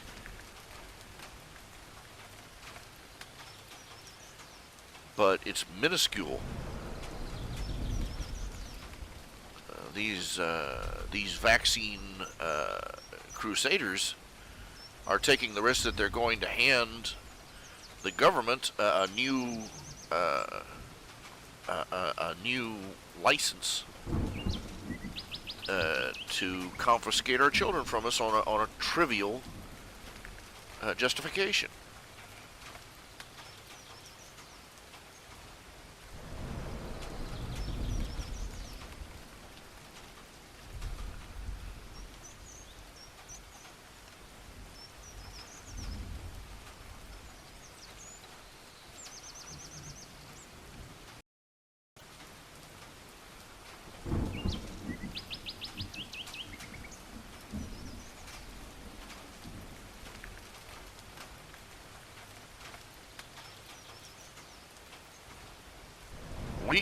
we can damn ourselves utterly.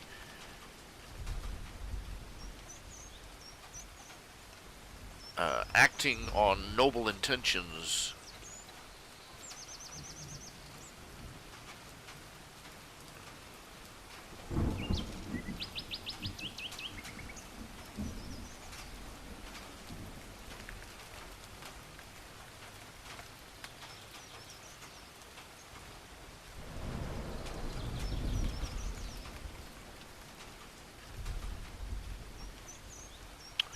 Okay, it is 11:17.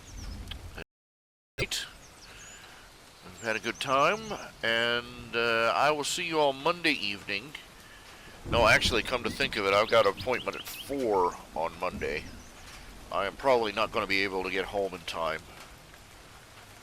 So it'll be Tuesday.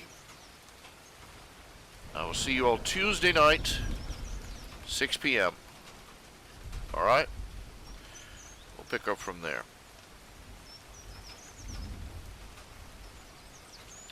You all take care of yourselves. And my fellow Christians, please pray for me. Because I need God's wisdom. I need God's touch. I need His strength. I need my life straightened out. And I need all the prayer I can get. You all have a good night. Take care.